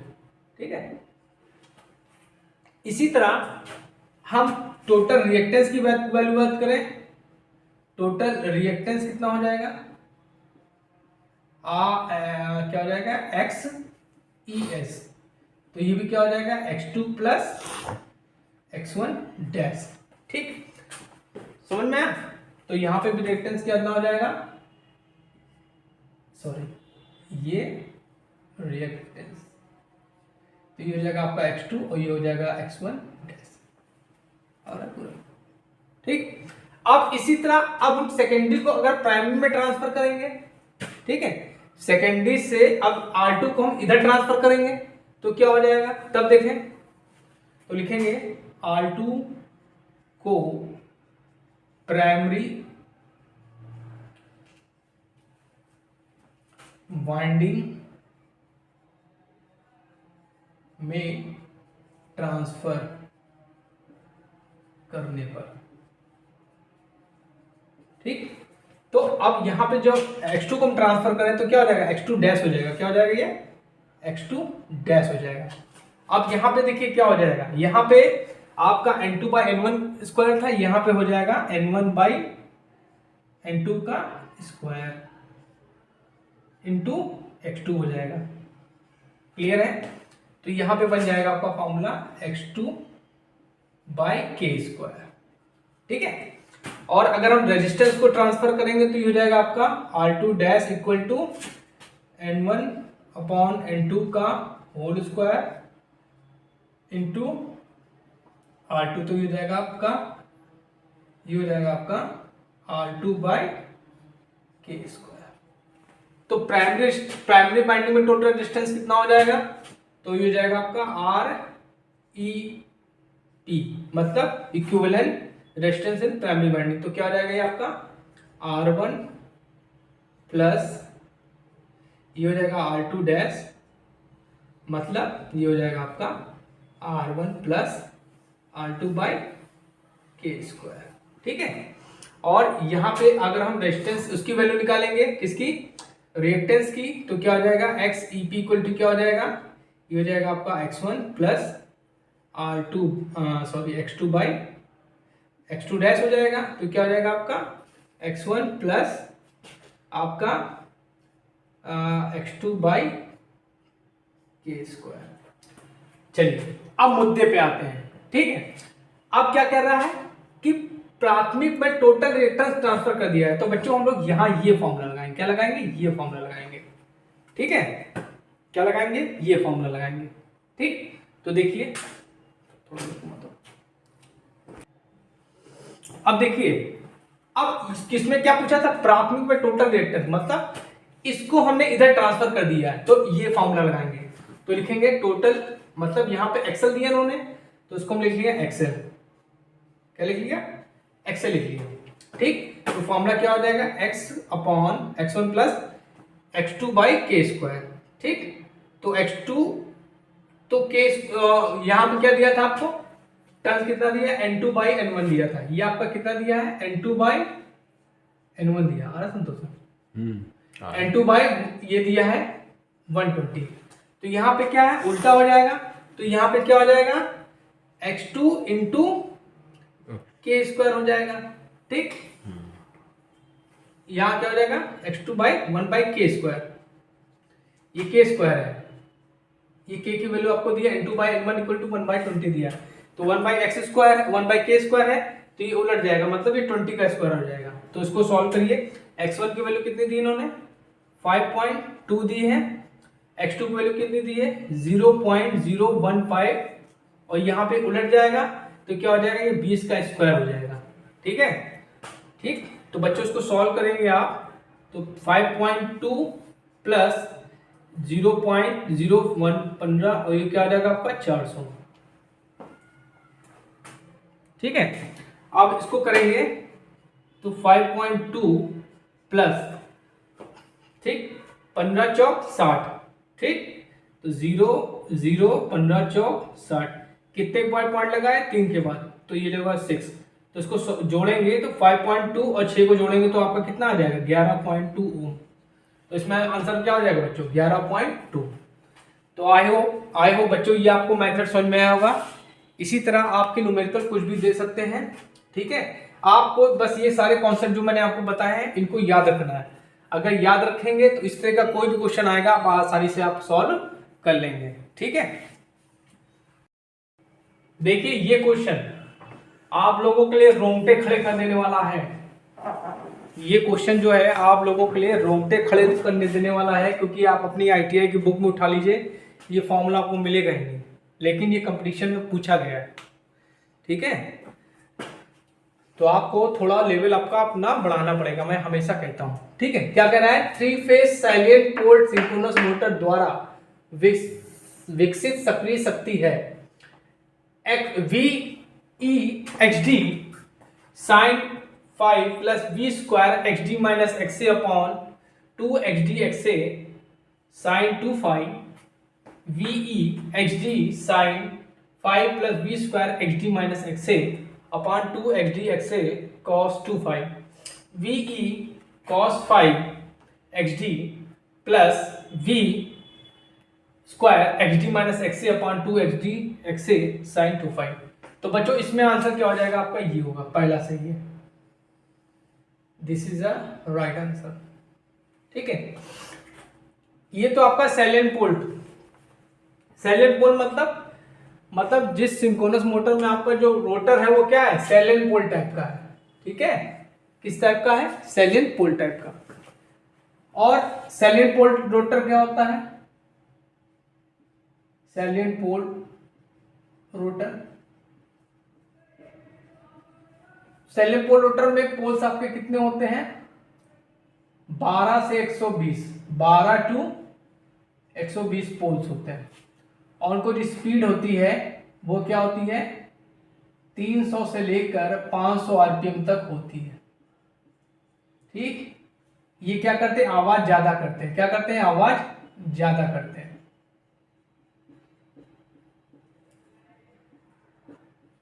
ठीक है, ओके। अब आते हैं हम सिलेंड्रिकल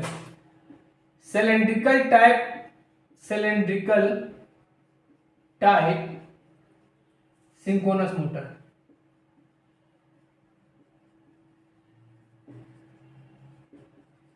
जब आप सिलेंड्रिकल टाइप पढ़ रहे हैं सिंक्रोनस मोटर, तो आप सिलेंड्रिकल टाइप भी पढ़िए, उसमें भी पूछ सकता है।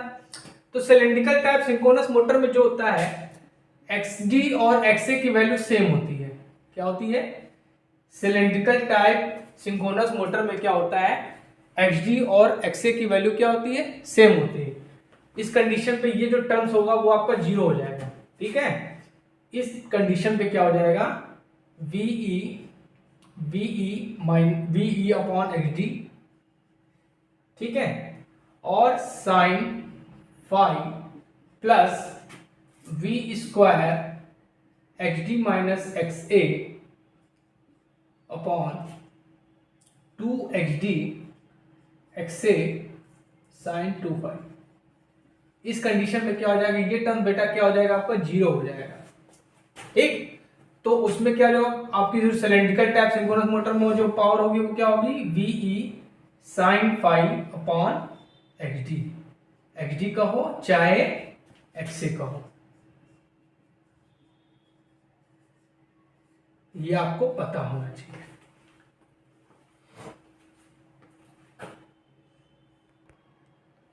देखिए क्वेश्चन कह रहा है, उत्तेजन धारा की उपेक्षा करते हुए। उत्तेजन धारा क्या होती है बेटा, आपकी जो I0 करंट होती है उसको उत्तेजन धारा बोलते हैं, जिसकी वैल्यू क्या होती है, फुल लोड करंट की 2 से 5% होती है। कि ट्रांसफर को उपेक्षा करते हुए ट्रांसफार्मर के प्राथमिक को संदर्भित कुल प्रतिरोध होगा। देखिए जब हम सेकेंडरी टू प्राइमरी करते हैं ट्रांसफर, सेकेंडरी टू प्राइमरी करते हैं, तो रेजिस्टेंस की वैल्यू टोटल होती है REP इक्वल टू होता है आपका R1 प्लस R2 डैश होता है। और R1 R2 डैश की वैल्यू क्या होती है, N1 अपॉन N2 का होल स्क्वायर, ठीक है, इंटू R2 होता है। ठीक, तो इसमें कौन सा ऑप्शन दे रहे हैं आपका, तो आपका इसमें आंसर ये सही है।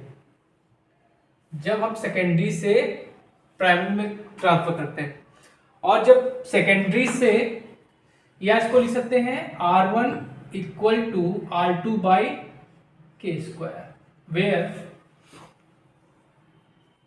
K equal to N2 by N1। ठीक है, ये मैंने बताया है आपको। ठीक, और जब हम प्राइमरी टू सेकेंडरी करते हैं, प्राइमरी टू सेकेंडरी करते हैं, तो क्या हो जाएगा आपका RES, मतलब सेकेंडरी वाइंडिंग का टोटल रेजिस्टेंस क्या हो जाएगा आपका R2 plus R1 dash, R2 और R1 डैश की मतलब वैल्यू क्या होती है, N2 बाई M1 का होल स्क्वायर इंटू R2।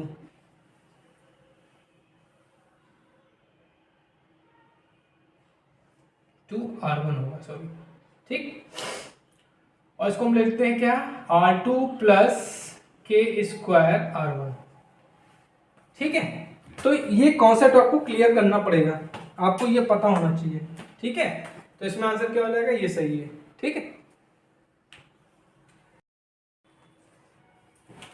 देखिए क्वेश्चन देखते हैं, प्राथमिक और द्वितीयक वाइंडिंग के संबंध में ट्रांसफार्मर का ईएमएफ इक्वेशन है।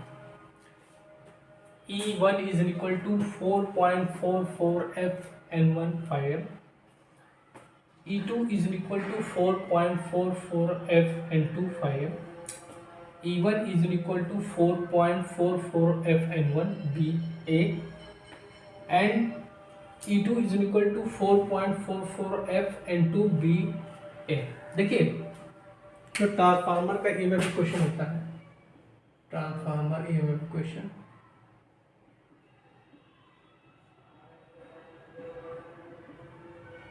ये होता है आपका E is equal to 4.44 FN5 होता है, ठीक है। ये आपका ट्रांसफार्मर का ईएमएफ क्वेश्चन है। यहाँ पे अगर हम फाई इक्वल टू क्या होता है, BA होता है, तो यहाँ पे अगर हम रख दें तो E इज इक्वल टू क्या हो जाएगा 4.44 FNBA। ये भी आपका ट्रांसफार्मर का ईएमएफ इक्वेशन हो गया। चलिए मुद्दे पे आते हैं। अगर हम प्राइमरी वाइंडिंग की बात करें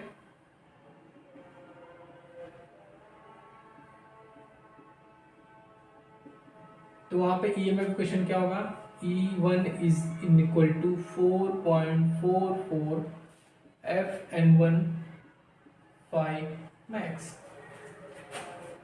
और इसको हम लोग ऐसे भी लिख सकते हैं E1 equal to 4.44 FN1 B max A, ठीक। ये आपका हो गया प्राइमरी का। अगर हम सेकेंडरी की बात करें, सेकेंडरी वाइंडिंग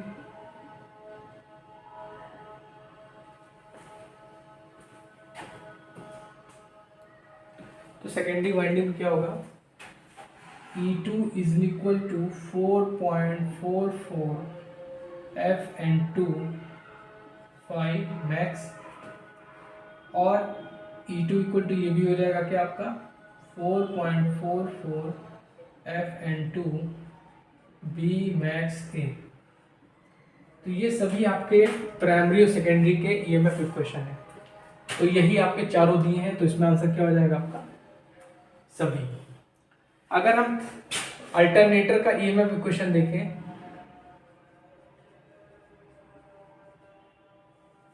अल्टरनेटर का ईएमएफ इक्वेशन होता है E is equal to 4.44 KP KD FT5। ये आपका अल्टरनेटर का ईएमएफ इक्वेशन हो गया।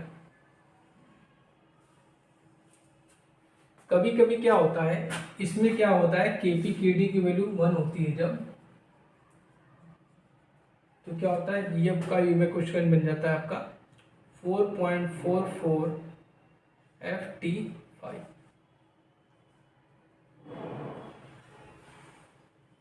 ठीक बच्चों, अब इसी वीडियो में हम सबके ईएमएफ आपको बता देते हैं, ठीक है। अब देखिए 3 phase induction motor, 3 phase induction motor, 3 phase induction motor का ईएमएफ इक्वेशन।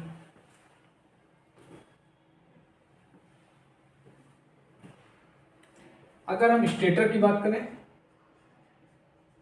स्टेटर के लिए होगा E is equal to 4.44 KC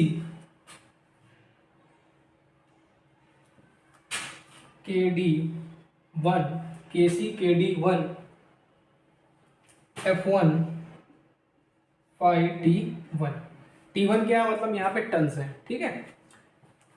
इसी तरह अगर हम रोटर का निकालें तो क्या हो जाएगा, रोटर का ईएमएफ इक्वेशन हो जाएगा आपका 4.44 KC, ठीक, KD 2। अब यहाँ पे क्या आ जाएगा, स्लिप आ जाएगा, क्योंकि हम यहाँ पे स्टेटर की फ्रीक्वेंसी लिए थे, यहाँ पे अब रोटर की फ्रीक्वेंसी हो जाएगी। तो एस टाइम क्या होती है, F1 होती है, ये हो जाएगा। और T2, ये आपका क्या होगा, 3 फेज इंडक्शन मोटर का ईएमएफ इक्वेशन हो गया। ठीक ठीक है।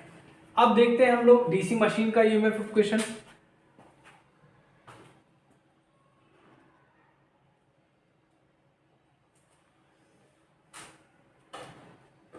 चलिए मैं लिख देते हैं, इसको मिटा देते हैं।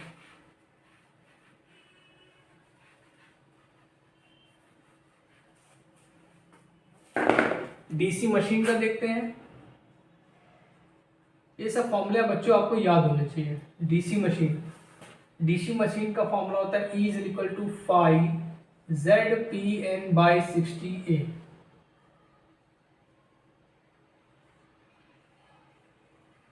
ठीक।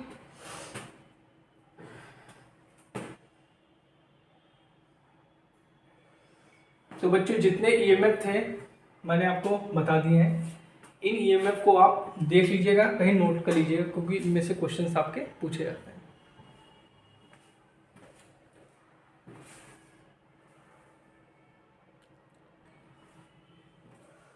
देखिए क्या कह रहा है, एक आइसोलेशन ट्रांसफार्मर में प्राइमरी तथा सेकेंडरी में अनुपात होता है।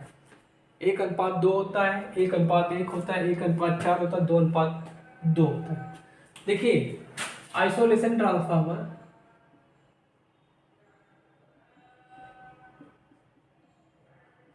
इसमें जो होता है N2/N1 का जो अनुपात होता है वो क्या होता है, 1 होता है। मतलब क्या कह सकते हैं कि N2 = N1 होता है। ठीक है। इसमें क्या अनुपात होता है, 1:1 होता है। क्या होता है, 1:1। तो इसमें आंसर क्या हो जाएगा, 1:1 होता है। ठीक। अब देखिए जो आपका स्टेप डाउन ट्रांसफॉर्मर होता है, स्टेप डाउन ट्रांसफॉर्मर में क्या होता है, इसमें क्या होता है, N2 से बड़ा होता है आपका N1। स्टेप डाउन जो ट्रांसफॉर्मर होता है उसमें क्या होता है, N1 की वैल्यू बड़ी होती है N2 से। और जो आपका स्टेप अप ट्रांसफॉर्मर होता है उसमें क्या होता है, N2 बड़ा होता है N1 से। ठीक है। और ट्रांसफॉर्मेशन रेशियो क्या होता है बेटा,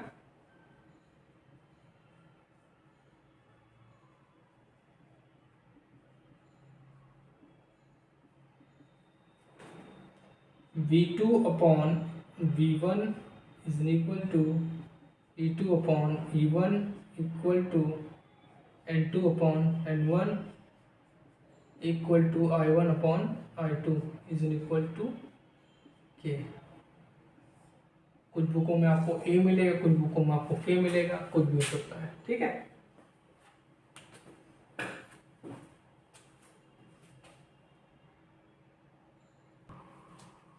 चलिए बच्चों अगला क्वेश्चन देखते हैं। ये बच्चों क्वेश्चन बड़ा थोड़ा टेढ़ा है। ठीक है। जिसका कॉन्सेप्ट क्लियर होगा वही कर पाएगा। क्या कह रहा है, डीसी सीरीज मोटर में वोल्टेज, बैक ईएमएफ और आर्मेचर धारा के मध्य संबंध है। EB = V + IaRa - ISC RSC। V = EB + IaRa - ISC RSC। EB = V + IaRa + ISC RSC। EB = V - IaRa - ISC RSC। चलिए इसको स्टार्ट करते हैं, सॉल्व करते हैं केवीएल लगा के। देखिए ये क्या हो गया आपका, ये आपका आर्मेचर हो गया। ठीक। प्लस माइनस ये आपका क्या होगा, बैक ईएमएफ हो गया। ठीक। और ये आपका आर्मेचर का रेजिस्टेंस हो गया, जो लगभग क्या होता है, 1 ओम होता है। ये आपके यहाँ पे हमने क्या कर दी, एक वाइंडिंग लगा दी, सीरीज फील्ड वाइंडिंग, जिसमें टर्न्स कम होते हैं। ठीक। और ये आपका पॉजिटिव नेगेटिव, ये आपका वोल्टेज हो गया। ठीक। ये आपका RSC हो गया, मतलब सीरीज वाइंडिंग का रेजिस्टेंस। ठीक है। अब यहाँ से आपकी करंट फ्लो होगी, लोड करंट, यही करंट आपकी ISC होगी और यही करंट आपकी क्या हो जाएगी, आर्मेचर करंट हो जाएगी। ठीक, अब इसमें हम क्या लगा देते हैं बच्चों, केवीएल लगा देते हैं, तो हमने डायरेक्शन मान लिया करंट का ये है। ठीक, तो अब आपकी करंट क्या ऐसे चल रही है, तो ये क्या माइनस एंटर कर रही है, तो क्या हो जाएगा, वोल्टेज को हम लोग ले लेंगे माइनस का, प्लस यहाँ पे आएंगे क्या हो जाएगा, वोल्टेज ड्रॉप होगा ISC RSC होगा, प्लस अब यहाँ पे आते यहाँ पे वोल्टेज ड्रॉप होगा, प्लस ISC IA RA, और यहाँ पे हम इंटर किससे कर रहे हैं, प्लस इंटर कर रहे हैं, तो EMF आपका क्या हो जाएगा, प्लस का इज इन इक्वल टू 0। ठीक है, सो हम लोग क्या करेंगे, यहाँ हो जाएगा V is in equal to EB plus IA RA plus ISE RSC, यही आपका। तो इसमें कौन सा ऑप्शन सही है आपका,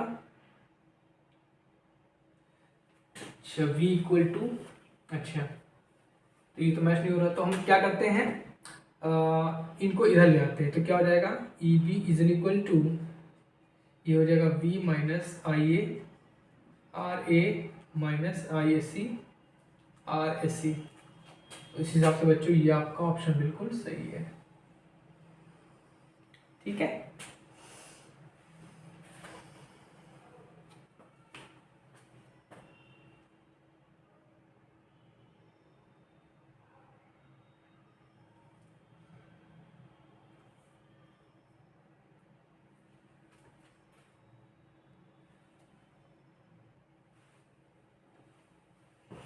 एक 3 फेज इंडक्शन मोटर के स्टेटर में उत्पन्न चुंबकीय क्षेत्र चलता है।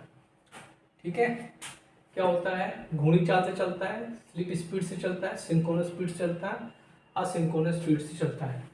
बच्चों क्या होता है कि जो आपकी इंडक्शन मोटर होती है, ठीक है, उसके स्टेटर पे जब हम लोग 3 फेज सप्लाई देते हैं, ठीक है, तो एक रोटेटिंग मैग्नेटिक फील्ड जनरेट होता है। ठीक है, जो कौन सी स्पीड से चलता है, सिंक्रोनस स्पीड से। किससे चलता है, सिंक्रोनस स्पीड से। सिंक्रोनस स्पीड इक्वल टू होता है NS इक्वल टू 120 F/P। ये आपका फ्रीक्वेंसी है, ये आपका पोल्स है, ये आपका तुल्यकाली गति, तुल्यकाली गति। ठीक, कभी कभी आपसे स्लिप पूछ लेगा, तो स्लिप क्या होती है, तुल्यकाली गति और रोटर की स्पीड का अंतर क्या कहलाता है, तुल्यकाली स्लिप कहलाता है। ठीक है, जब आपका रोटर स्टैंड स्टिल कंडीशन होगा, स्टैंड स्टिल कंडीशन में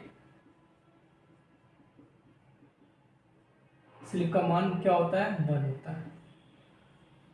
ठीक है, जो आपका रोटेटिंग मैग्नेटिक फील्ड होता है उसका रिजल्टेंट जो होता है, ठीक है, रिजल्टेंट फ्लक्स होता है, वो क्या होता है, 3/2 5 मैक्स होता है, मतलब 1.5 मैक्स होता है।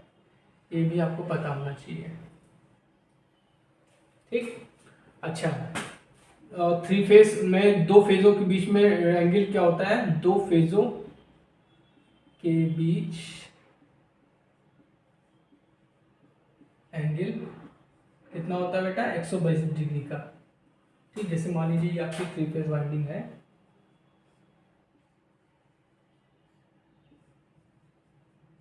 इनके बीच में जो एंगल होगा कितना होगा, 120। और अगर आपके 2 फेज हैं, 2 फेज वाइंडिंग है, ये 3 फेज के लिए, अगर 2 फेज के लिए बोला जाए तो क्या होगा, तो दो वाइंडिंग्स के बीच में के बीच 90 डिग्री अंतर होगा ना, 90 डिग्री होगा। ठीक, इंडक्शन मोटर जो होती है ये सेल्फ स्टार्टिंग होती है। क्या होती है, सेल्फ स्टार्टिंग। किसके कारण, रोटेटिंग मैग्नेटिक फील्ड के कारण। ठीक है, अगर एयर गैप बढ़ेगा पावर फैक्टर कम होगा। ठीक है, ये सब बातें आपको याद रखनी है। ठीक है,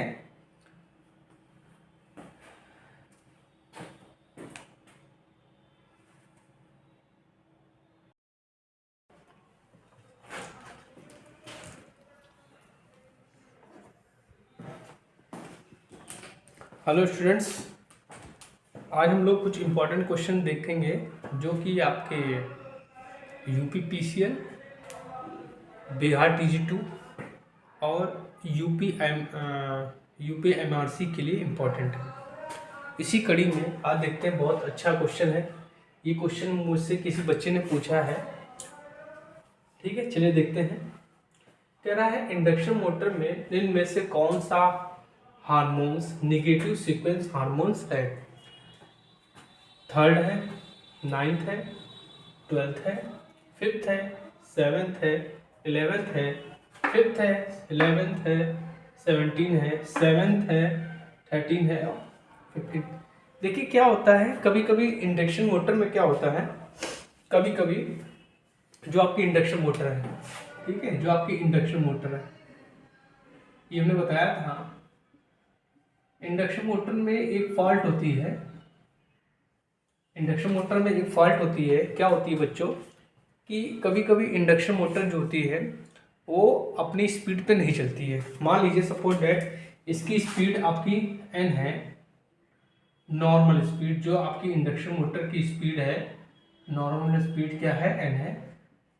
तो कभी कभी क्या होता है कि इंडक्शन मोटर अपनी नॉर्मल स्पीड पे नहीं चलती है। क्या चलती है, कभी कभी क्या करती है, अपनी नॉर्मल स्पीड की n/7 स्पीड से चलती है। n/7 मतलब जो नॉर्मल स्पीड है उसकी 7th पार्ट की स्पीड से चलती है, मतलब बहुत धीमी स्पीड से चलती है, जिसके कारण क्या होता है, इसमें टॉर्क जनरेट नहीं हो पाता है। टॉर्क जनरेट नहीं हो पाता, टॉर्क जो होता है आपका वो जनरेट नहीं हो पाता है। ठीक है, तो इस प्रॉब्लम को हम लोग बोलते हैं क्रॉलिंग। क्या बोलते हैं, क्रॉलिंग। क्या बोलते हैं, क्रॉलिंग। इस फॉल्ट को हम लोग क्या बोलते हैं बेटा, क्रॉलिंग बोलते हैं। और इस कंडीशन में क्या होते हैं, आपके ऑक्सीलेशन जनरेट हो जाते हैं। ठीक है, इंडक्शन मोटर में ऑक्सीलेशन जनरेट हो जाते हैं। ठीक है, जिनको बोलते हैं हार्मोन्स। क्या बोलते हैं, हार्मोन्स। ठीक है, हार्मोन्स। हार्मोन्स को निकालने के लिए फॉर्मूला होता है 6n ± 1। ठीक है, हार्मोन्स आपके क्या होते हैं, एक होता है निगेटिव,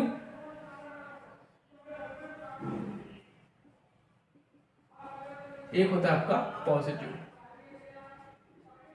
ठीक, हार्मोन जो होते हैं आपके, एक होता है आपका निगेटिव, एक होता है आपका पॉजिटिव। एक होता है आपका निगेटिव, एक होता है आपका पॉजिटिव। ठीक, यहां पे पूछा है निगेटिव, तो निगेटिव के लिए क्या हो जाएगा, n6n - 1। ठीक है, अब पहले हार्मोन्स के लिए अगर निकालें, यहाँ पे n की वैल्यू अगर हम रखें 1, ठीक है, n की वैल्यू रखें अगर 1, तो क्या हो जाएगा, पहला क्या हो जाएगा, 6n - 1 = 6 × 1 - 1, तो ये हो जाएगा आपका फिफ्थ। तो पहला निगेटिव आपका हार्मोनिक क्या आ गया, फिफ्थ। ठीक, दूसरा जगह निकालेंगे तो यहाँ पर रखेंगे n = 2, तो क्या हो जाएगा 6 × 2 - 1, तो ये हो जाएगा आपका 12 - 1 मतलब 11th। जो आपका 11th हार्मोन्स होगा वो क्या होगा, निगेटिव होगा। इसके बाद n = 3 रखें, तो क्या हो जाएगा 6 × 3 - 1, ठीक है, तो क्या हो जाएगा 18 - 1 दैट इज 17। तो बच्चों इसमें आंसर क्या हो जाएगा आपका, इसमें आंसर होगा आपका, ये आंसर बिल्कुल सही है, फिफ्थ, 11 और 17 जो हार्मोन्स होगा वो आपका निगेटिव होगा। अब चलिए हम लोग पॉजिटिव की भी बात कर लेते हैं। ठीक है, पॉजिटिव के लिए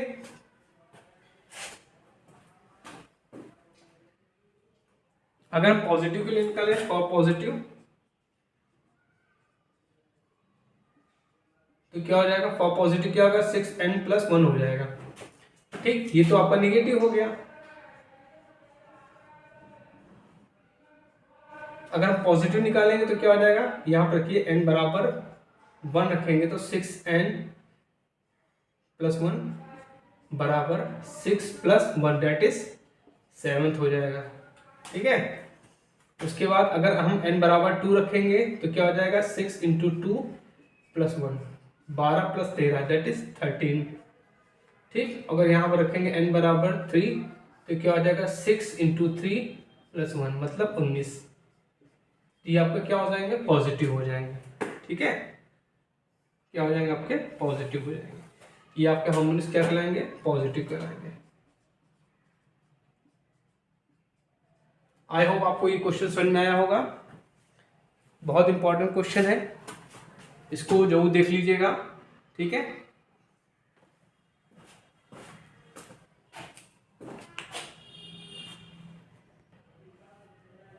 चलिए देखते हैं।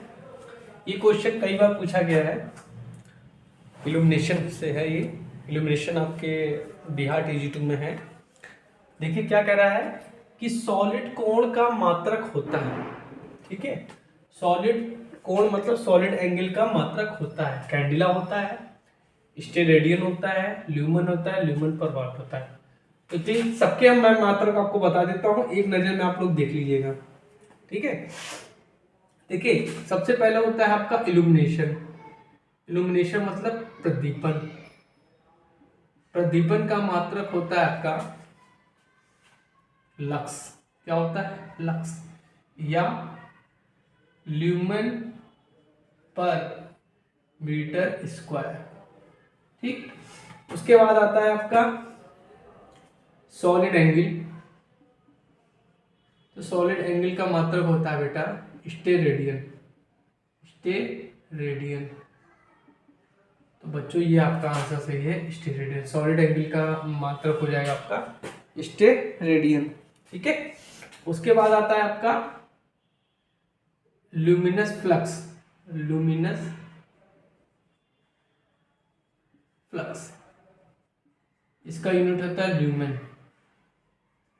ठीक है, उसके बाद बेटा आता है आपका ल्यूमिनस इंटेंसिटी। इसका मात्रक होता है आपका कैंडेला। ठीक है, उसके बाद आता है आपका ल्यूमिनस इफिशियंसी। ल्यूमिनस इफिशियंसी, इसका मात्रक होता है ल्यूमेन पर वाट। ठीक है, और लुमिनस इफिशियंसी को भी बोलते हैं लैंप इफिशियंसी। क्या बोलते हैं, लैंप इफिशियंसी। ठीक है, अच्छा क्या होता है,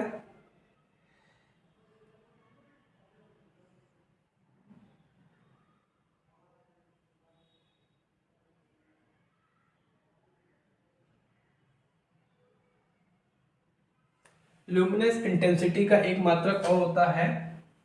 क्या होता है बेटा, ये भी पता होना चाहिए, ल्यूमेन पर स्टेरेडियन। ल्यूमेन पर स्टेरेडियन। ठीक है, तो ये सब आपको मात्रक पता होना चाहिए। ठीक है,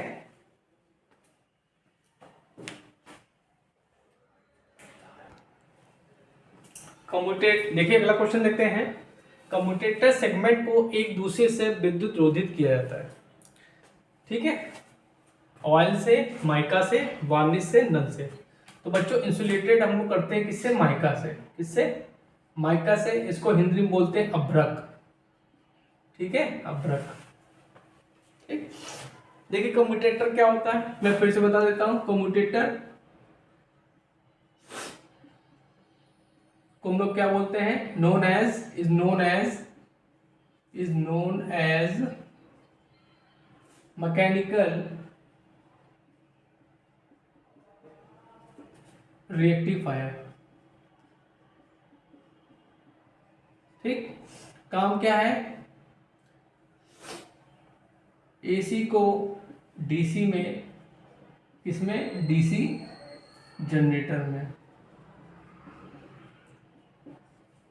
और डीसी को एसी में, डीसी मोटर में। बना किसका होता है, हार्ड रॉक कॉपर का।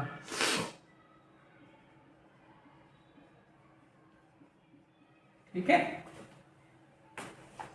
इससे कनेक्टेड होते हैं आपके ब्रश।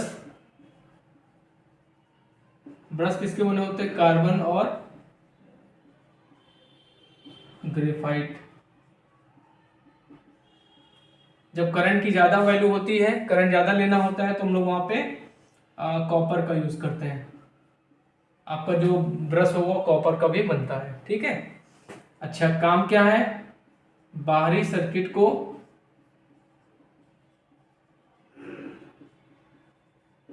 धारा देना, धारा प्रदान करना, ठीक है। अब देखिए क्वेश्चन है अगला, कॉम्युलेटिव कंपाउंड मोटर का प्रयोग होता है, लिफ्ट में करते हैं हम लोग, क्रेन में करते हैं, मशीन टूल्स में करते हैं, लोकोमोटिव में करते हैं। तो बच्चों जो आपका कॉम्युलेटिव कंपाउंड मोटर होता है, इसका प्रयोग हम लोग किस में करते हैं, लिफ्ट में। कॉम्युलेटिव कंपाउंड मोटर, इसका प्रयोग हम लोग कहाँ करते हैं, लिफ्ट में करते हैं। क्रेन्स में हम लोग डीसी सीरीज मोटर का प्रयोग करते हैं, सीरीज मोटर। मशीन टूल्स में शंट मोटर्स, लोकोमोटिव में डीसी सीरीज मोटर, ठीक है। चलिए एक नजर में देख लेते हैं कौन सी मोटर कहाँ यूज होती है, क्योंकि अक्सर इसमें से क्वेश्चंस आपके बनते हैं, ठीक है। पहले हम बात करेंगे डीसी शंट मोटर की। डीसी शंट मोटर,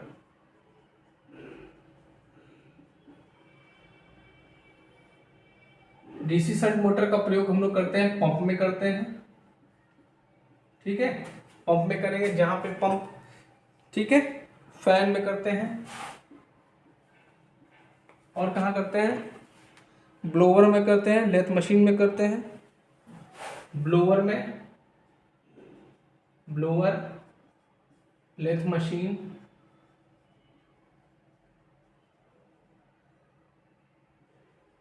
ठीक है, machine tools,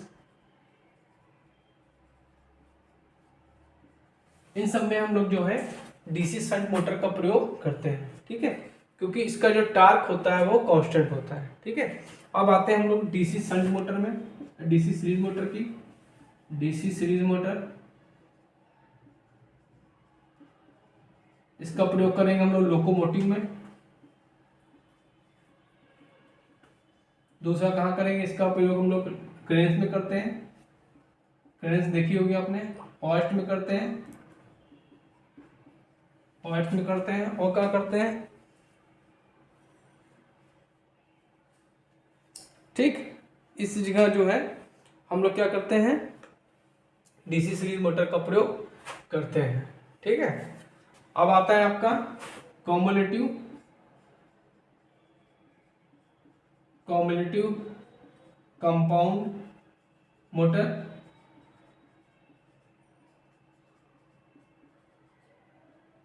cumulative compound motor का कहाँ प्रयोग करते हैं,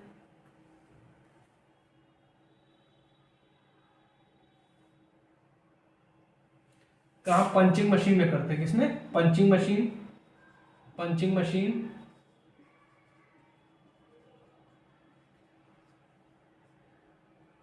और लिफ्ट में करते हैं, जिसको हम लोग एलिवेटर्स बोलते हैं। इन सब जगह जो है हम लोग क्या करते हैं, कॉम्युलेटिव कंपाउंड मोटर का प्रयोग करते हैं, ठीक है। देखिए बहुत इंपॉर्टेंट क्वेश्चन है ये, कह रहा है 2 पॉइंट स्टार्टर का प्रयोग होता है, किसमें होता है, शंट मोटर में करेंगे, सीरीज मोटर में करेंगे, कंपाउंड मोटर में करेंगे, और ऑल सब में करेंगे। तो देखिए चलिए मैं सबके बारे में बता देता हूं। देखिए आपका क्या होता है, पहला होता है आपका टू पॉइंट स्टार्टर, उसके बाद होता है थ्री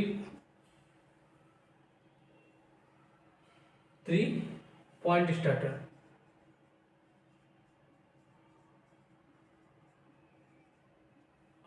थर्ड होता है आपका 4 पॉइंट स्टार्टर। स्टार्टर से भी बच्चों क्वेश्चन पूछ लेता है, तो इसलिए आपको पता होना चाहिए कौन सा स्टार्टर कहाँ यूज होगा, ठीक है। चलिए और सबके बारे में बता देते हैं। ऑटो ट्रांसफार्मर स्टार्टर भी होता है, ऑटो ट्रांसफार्मर स्टार्टर, सबके बारे में बता दे रहा हूँ आपको। उसके बाद होता है आपका स्टार डेल्टा स्टार्टर,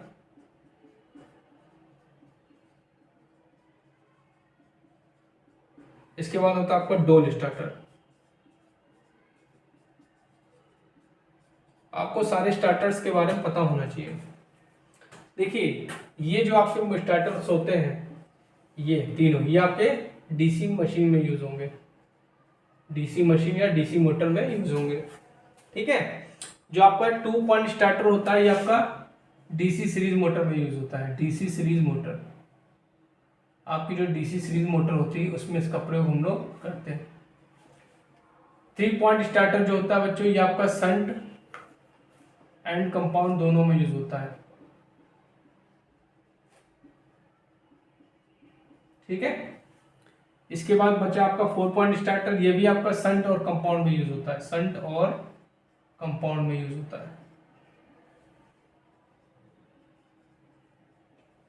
ठीक, अब आते हैं आपका ऑटो ट्रांसफार्मर स्टार्टर। ये किस में यूज होगा? ये आपका 3 फेस इंडक्शन मोटर में यूज होगा, 3 phase induction motor. 3 phase induction motor में इसका प्रयोग करते हैं। कितना? 20 HP की जो ऊपर की मोटरें होती हैं उसमें हम लोग इस ट्रांसफार्मर स्टार्टर का प्रयोग करते हैं। अब आते हैं star delta starter. Star delta starter जो होता है ये आपका 5 HP से लेकर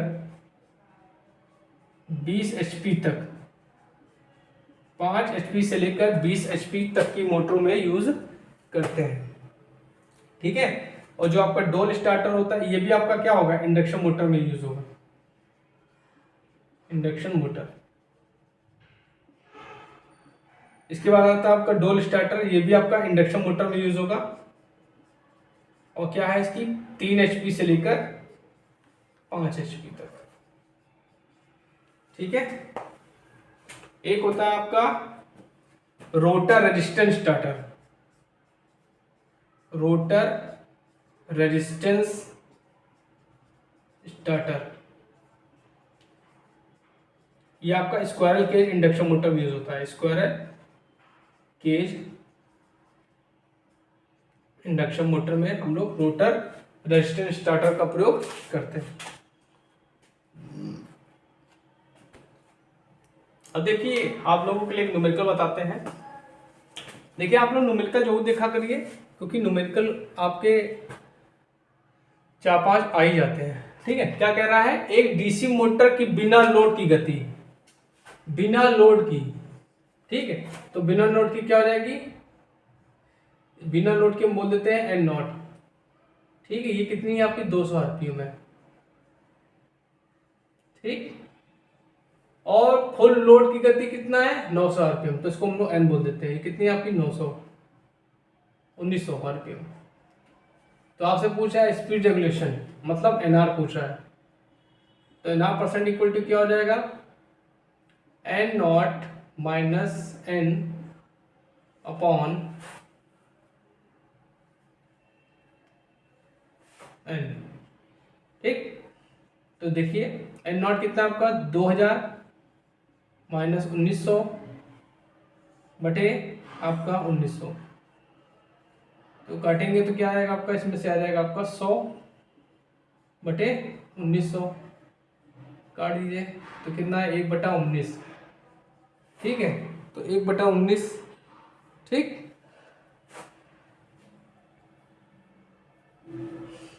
इसको हम लोग यहाँ करते हैं परसेंटेज निकाल लेते हैं। ठीक है, तो यहाँ पे 100 से मल्टीप्लाई कर देंगे, तो 100/19। ठीक, तो इसको सॉल्व करेंगे तो 5.26% आएगा। ठीक, तो स्पीड रेगुलेशन कितना आ गया आपका? 5.26%। ठीक है,